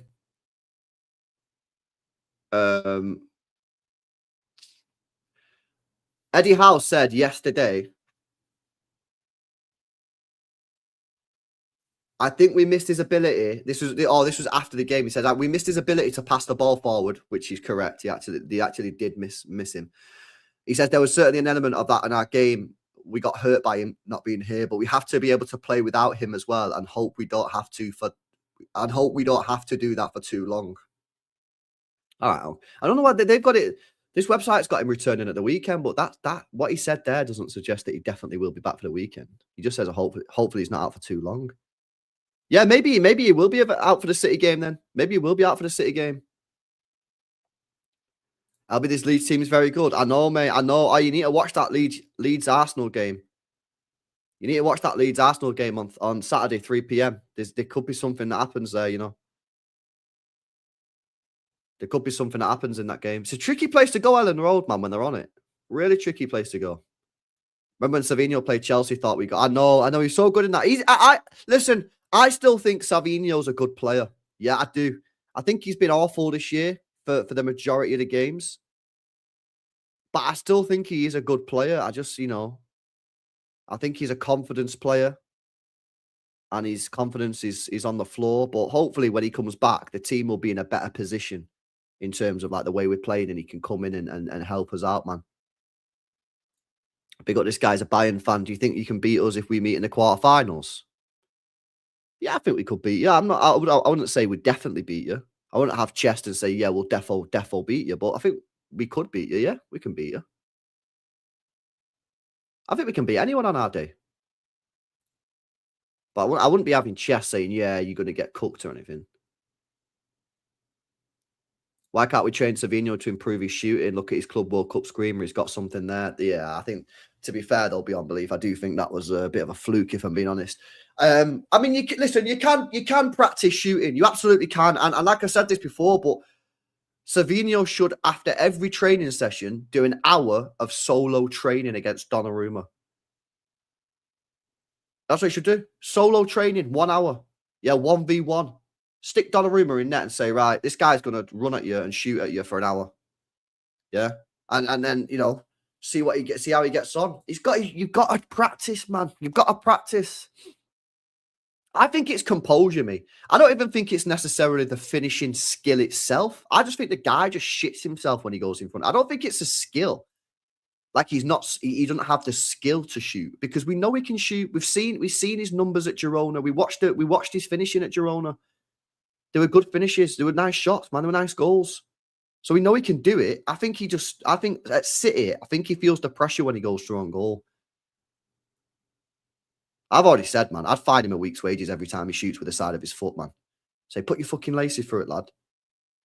Put your laces through it. Yeah, it's a Sturgeon, man. He plays for Girona now because they replaced him with that Juan Garcia who looks pretty decent. I've seen that clip of him when he come out and dived on the floor and got the ball off some guy. It was pretty good, to be honest. He looks decent, that Juan Garcia. I need to watch more Barcelona, man, because they actually played nice football. I don't know why I don't watch them more.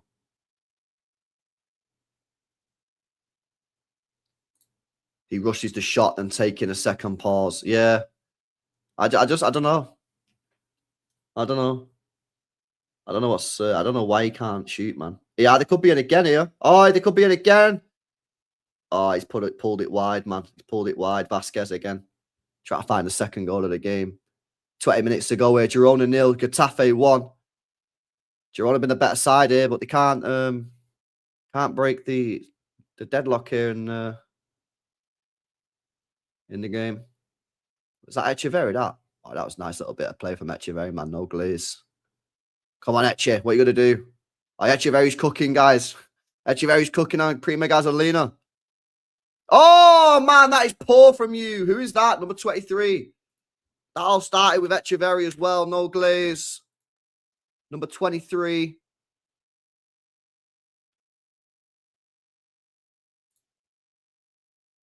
Who was that? I don't know who it was. Number 23. Whoever number 23 is for... Oh, it's Ivan Martin. Should have done better there, mate. Should have done better. Oh, he was. That was nice play from Echeverri, man. That was good football. That was nice play. Brian Gill's just been taken off as well. He's actually done decent at Girona from what I've seen. He was all right tonight as well. Brian Gill. He used to play for Spurs, isn't it? He used to play for Spurs. What's this? There's an internal discussion in place for Bernardo Silva to extend 1 more year as Manchester City player. Guardiola wants him to stay, so does the management. It's Echeverri again. Right, Echeverri's fucking cooking, man. You see that there? This guy's so sick, man. How do people not rate this guy? Fucking mint. Bro, you just see that from Echeverri then? The guy just did an Ankara Messi in the middle of the pitch. Bruh. One day people will wake up and realize this guy's a fucking baller, man. Yeah. He's a baller. I train, man. I'm not glazing. I'm not glazing. What time am I on? I'm on 71.52. 71.52.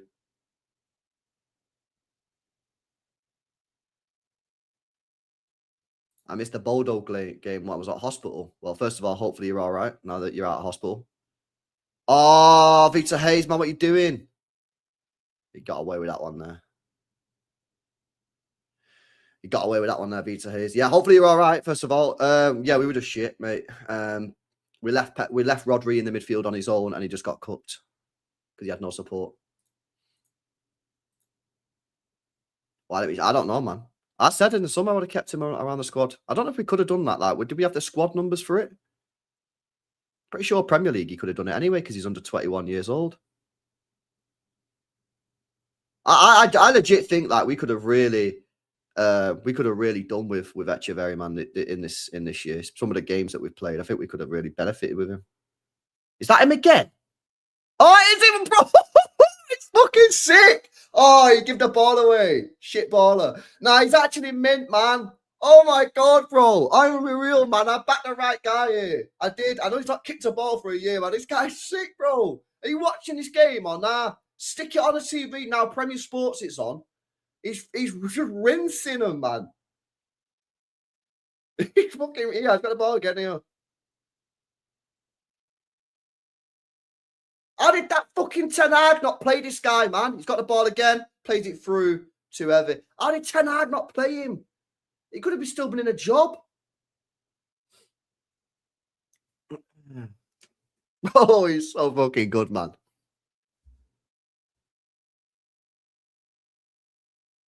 I know what we need, chat.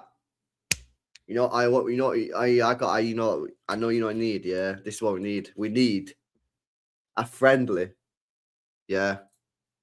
We need a friendly chat between Ali and Girona. And Mahrez Echeverri glaze along. What are you saying? Make it happen or no? A glaze along. Mahrez Echeverri glaze along. Remember Echeverri coming some game for City and instant energy was so min. Yeah, that was the FA Cup final. He'd not kicked a ball all season. Yeah. And all I heard from City fans who've never watched him was, he's never going to play. He's never going to play. He's not going to bring it. And I was like, fucking, why is he not playing? He's a City player. We literally pay him money. He's our player. We employ him, play him. And we didn't play him. And he come on in the FA Cup final. He's one of the best players. He's one of the best players on the pitch, man. And he scored that banging free kick in the Club World Cup as well. Yeah, he always demands the ball as well, mate. He always demands the ball. Glaze along is crazy. I know it is. Maybe it is. Too much glaze. Maybe it's too much glaze, man. I'm just excited to see him, man, because he's not kicked a ball for a year. Feels tight on the guy. He come to City in January, never played.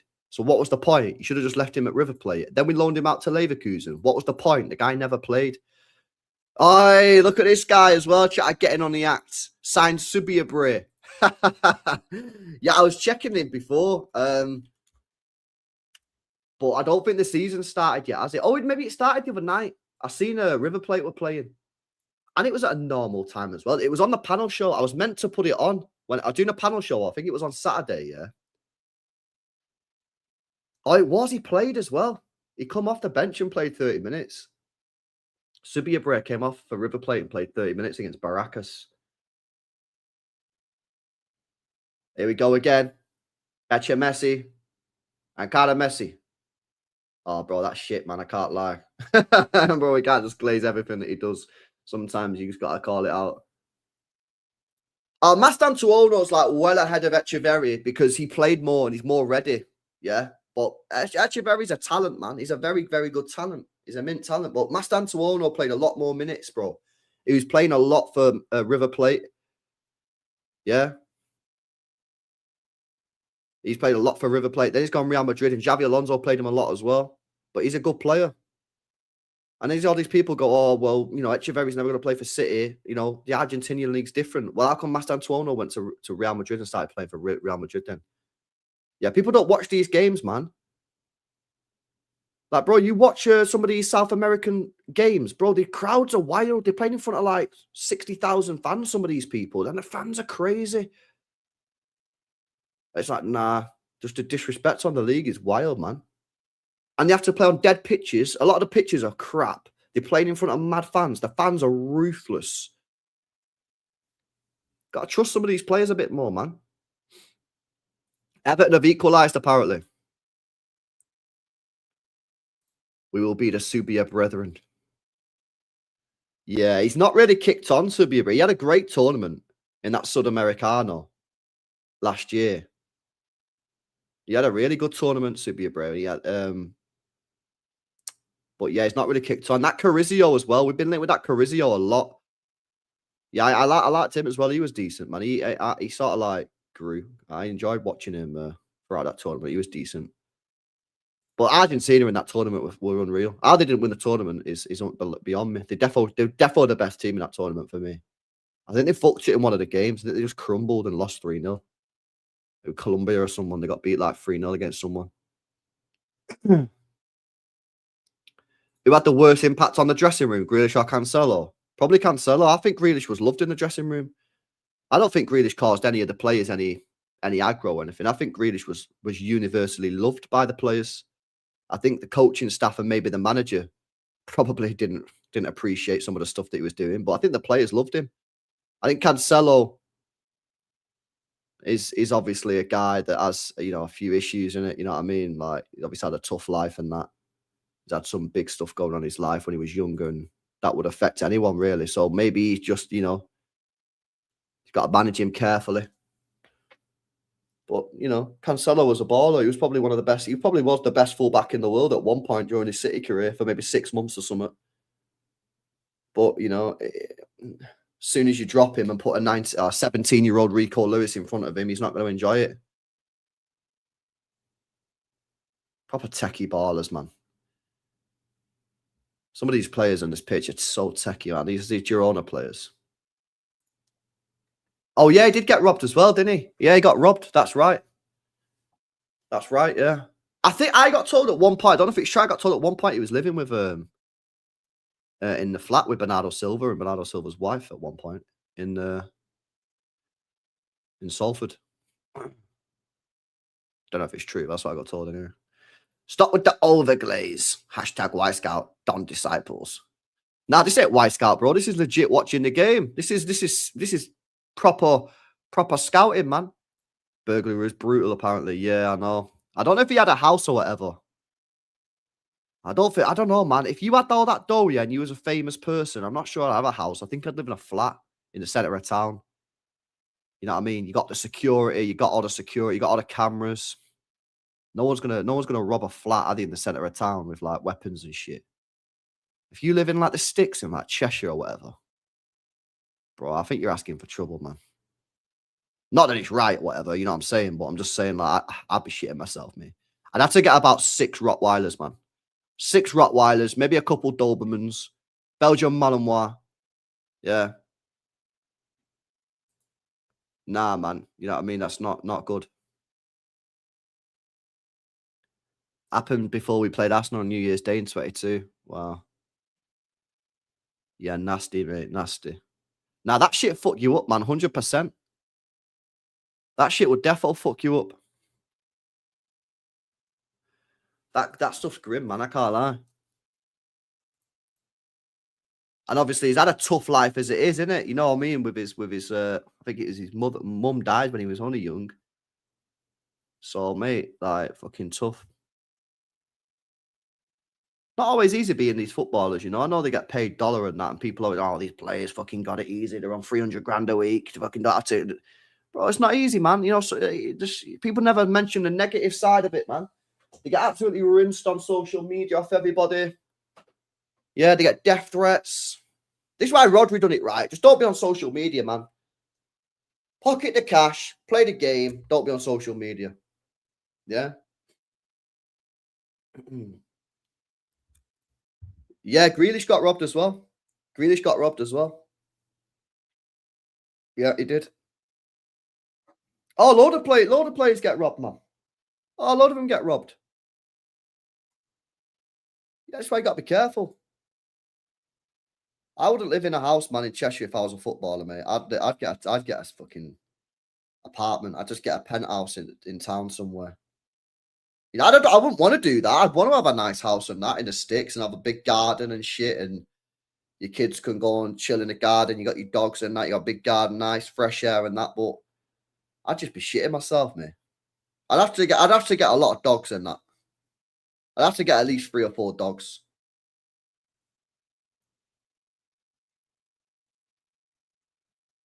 Donnarumma got robbed as well, did he? When he was in Paris. Wow. Yeah, but then obviously you don't get the privacy because you'll be in the middle of town. Yeah. Have you seen clips of Semenyo recovery? I seen him on the treadmill the other day. City put up a video of him on the treadmill. And that was nice. Nice little bit of play for Echeverri. I think he's just won a free kick on the edge of the box here. Yeah, he has. Good play that for Echeverri. Won a free kick on the edge of the box. You reckon Elliot is watching it? I don't know. Should I message him now? Oh, he's going to take the free kick, bro. Echeverri's taking a free kick.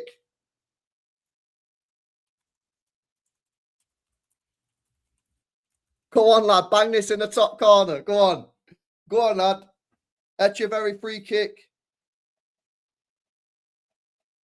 Oh, bro, imagine he puts this in the top bins. Oh, it's a good position as well, you know. He's gone for it. Oh, he hit the wall, man. That wall looked too close to me, I can't lie. That wall looked like it was closer than the stipulated rules. He was on an anti-gravity treadmill.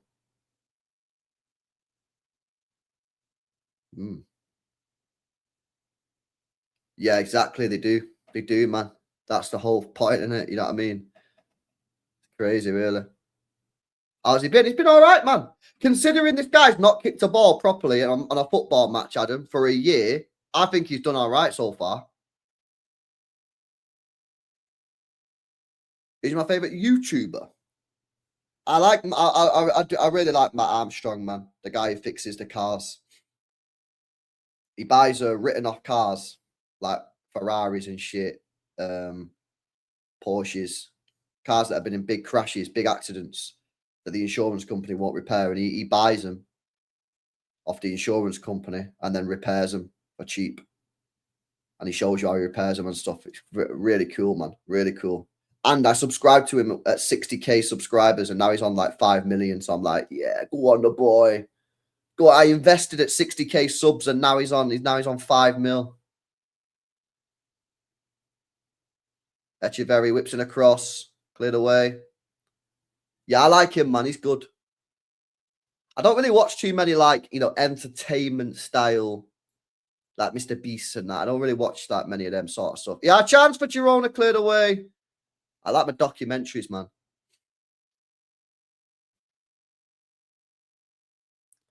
I like my documentaries and that. Michael K. Yeah, I started watching him. I never even seen him. Literally about 2-3 weeks ago, the YouTube algorithm done me a solid.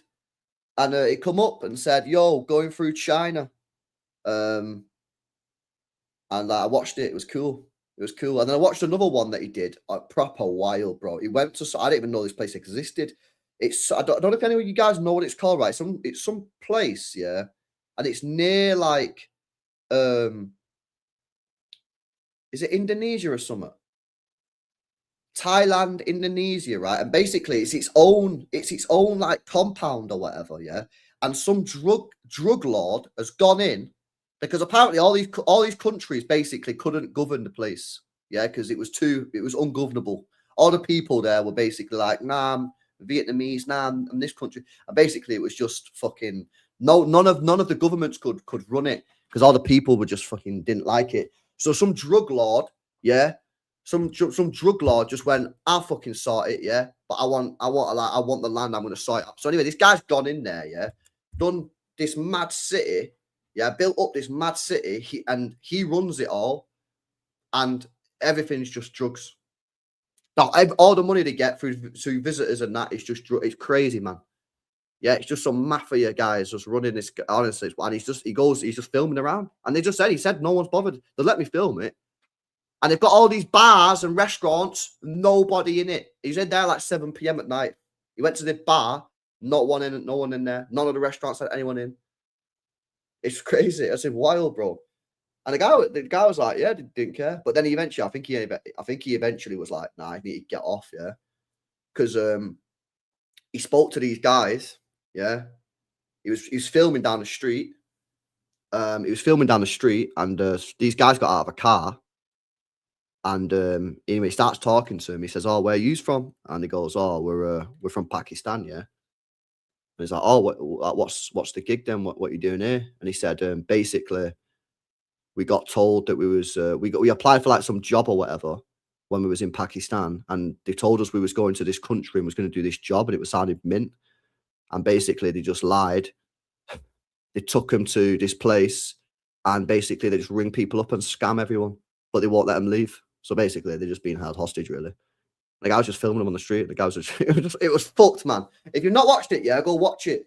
I don't know what the gaff was called, boss man. I don't know what the place was called. The Golden Triangle. Is that what it was called? I don't know what the place was called, bro. If you go on his YouTube channel, Michael K, and like go on his videos, It's got to be one of his top videos. Go on videos, click top, most, sorted by top. It's got to be one of his most watched videos, man. Surely. But it's so what? It's just mad. The whole place is just mad. And like, you can't use MasterCard and Visa because it's all just banned because everyone knows it's just a scam. It's honestly, right, it's the wildest thing you ever seen. The guy's just walking around with his camera, just filming everything. Right, Jack. Vita Hayes has been all right. Watch the goal back and decide for yourself. Could he have done better to stop the cross? You have to decide for yourself on that one. Other than that, he's been all right. Got caught in possession one time, but pretty chill. Echeverri's looked good. Considering that he's not played proper football. Yeah. Considering he's not played proper football for a year. He's got the ball again here. He's looked lively. He's looked lively. I'd still have him at City. I still wouldn't have sent him to Girona. I'd have brought him back from Leverkusen and sent him at City. Girona on the attack here, down the right-hand side. He cuts in, nice play. Cross comes in. Headed away. Give it Echeverri, man. Cross comes in again. Cleared away again. 30 seconds plus stoppage time. These crosses from Jirona are dead. Echeverri on the edge of the box. Mistouches it.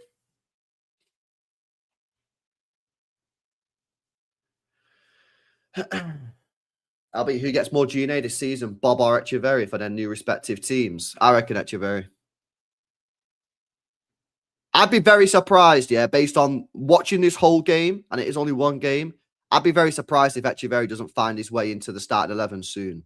Why is he giving a free kick there, man? All right, Tyler, mate. I'm going to bookmark this comment, bro. And I'll bookmark it for future years.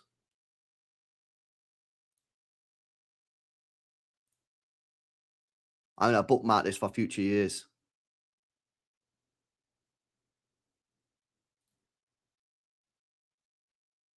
Yeah.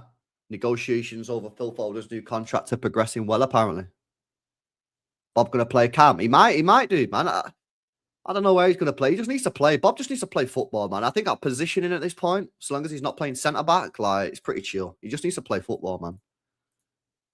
He just needs to play football. I love Twitter so much, me. If I'm positive on Twitter, yeah, people fucking hate me. If I'm negative on Twitter, people hate me. It's like the funniest gaff ever.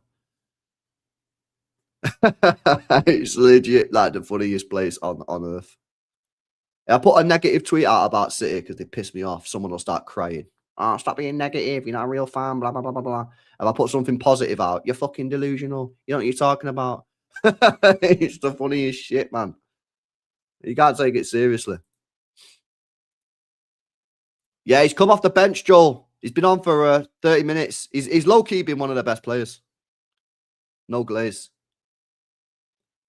Girona have got 2.5 minutes to try and get an equalizer, but they're too techie with it, man. They lost the ball. Yo, it's kicking off. It's kicking off. Yeah, he has. Yeah, honestly, thank you, mate. People think I glaze this guy all the time, yeah, but like, he has actually been one of the better players. He won't be on the bench for long, him. Oh, bro, how are you miscontrolling that, man? Who is that? Number 3. Bro, Jirona are so washed compared to what they used to have, man. Remember the players that they used to have? Who was that techie baller, the left back that they used to have that I used to like? I think he went to... Did he go Napoli or something? Who was that left back they used to have, chat? I really liked him. Miguel Gutierrez. Where did he go? Did he go Napoli? He was good, man. I liked him.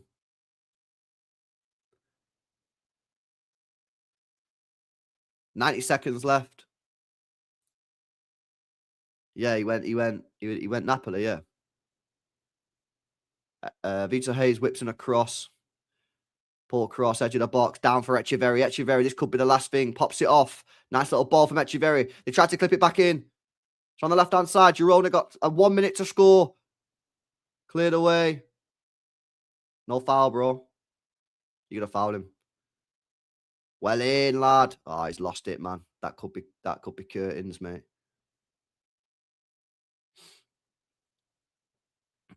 Taki McBorder face. Yankuto as well. I know. Oh my days. Some of these Girona players are scrubs, man. Nah, that could be it now. 40 seconds. Getafe have got it taken to a corner flag. Well in, lad. Oh, he's lost it. He tackled him and then given the ball back. Oh, you are dumb. That number 3 is horrendous. How the referee not give a free kick there? Don't know, but we'll take it. 20 seconds left for Jirona to get one back, man. Otherwise, they lost. They've been the better team as well, Girona. It's not even up for debate. They've been the better team, man. They've just not been able to score a goal. Cross comes in. Oh! It's scored, bro! No fucking way! 90. I Vito Hayes! Oh, the boy Vito Hayes has just bagged in the 95th minute to equalise. Yo! Vito Hayes, lad. Hey, nah, that's mad. Go on, son. Vito Hayes has just equalised in the 95th minute, man. Oi, go on, lad. What a guy. He could have had a hat trick today, you know. He could have legit had a hat trick today. Vito Hayes. Let's have a look at the replay. So this guy does so good, by the way, the left back. Is it the left back? Who is that?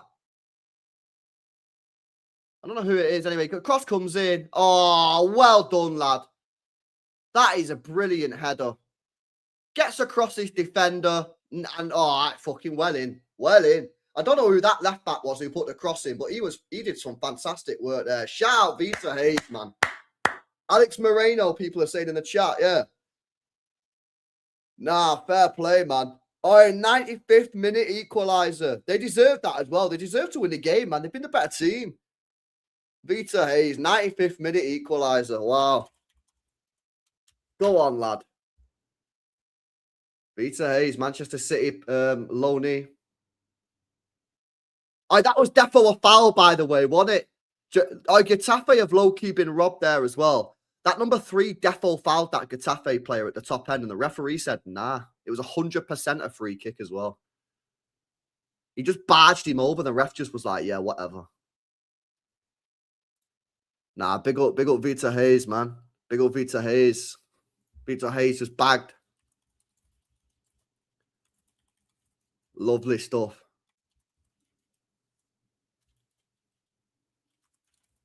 Nah, they deserve that, man. They deserve that. They deserve to win the game. They've been the better team. Shout out Echeverri, man. Echeverri's actually been really good in this game when he come on.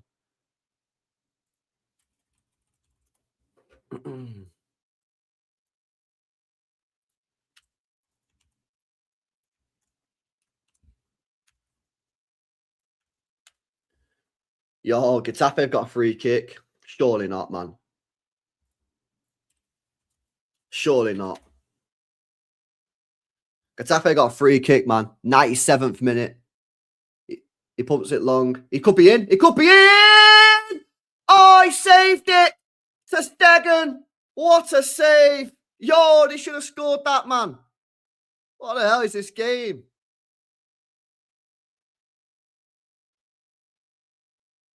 Bro, that should have been a goal. That should have been a goal. He should have bagged. He should have bagged. He actually should have scored that there, you know. Oh, my God. What a save from Ter Stegen. He saves it with his knee. He traps the ball with his knee. Wow. There you go, full time. Love to see it, man. Love to see it. Oh, La Liga football is actually class, you know. It is actually mega. That game was class. That was such a good game of football, wasn't it? Both teams attacking. Both teams are mad techie with it. That is such a good game of football, man. I know people don't want to hear about the Premier League, but like that La Liga game then was class. Right, I might get off, boys. I know, you made a save. It was a big save as well. Yeah, they're showing the replay of that guy. That was definitely a foul. Well, the referee said no. Vita Hayes said yes. Thank you very much. Gets in front of his defender and heads it in the back of the net. Love to see it, man.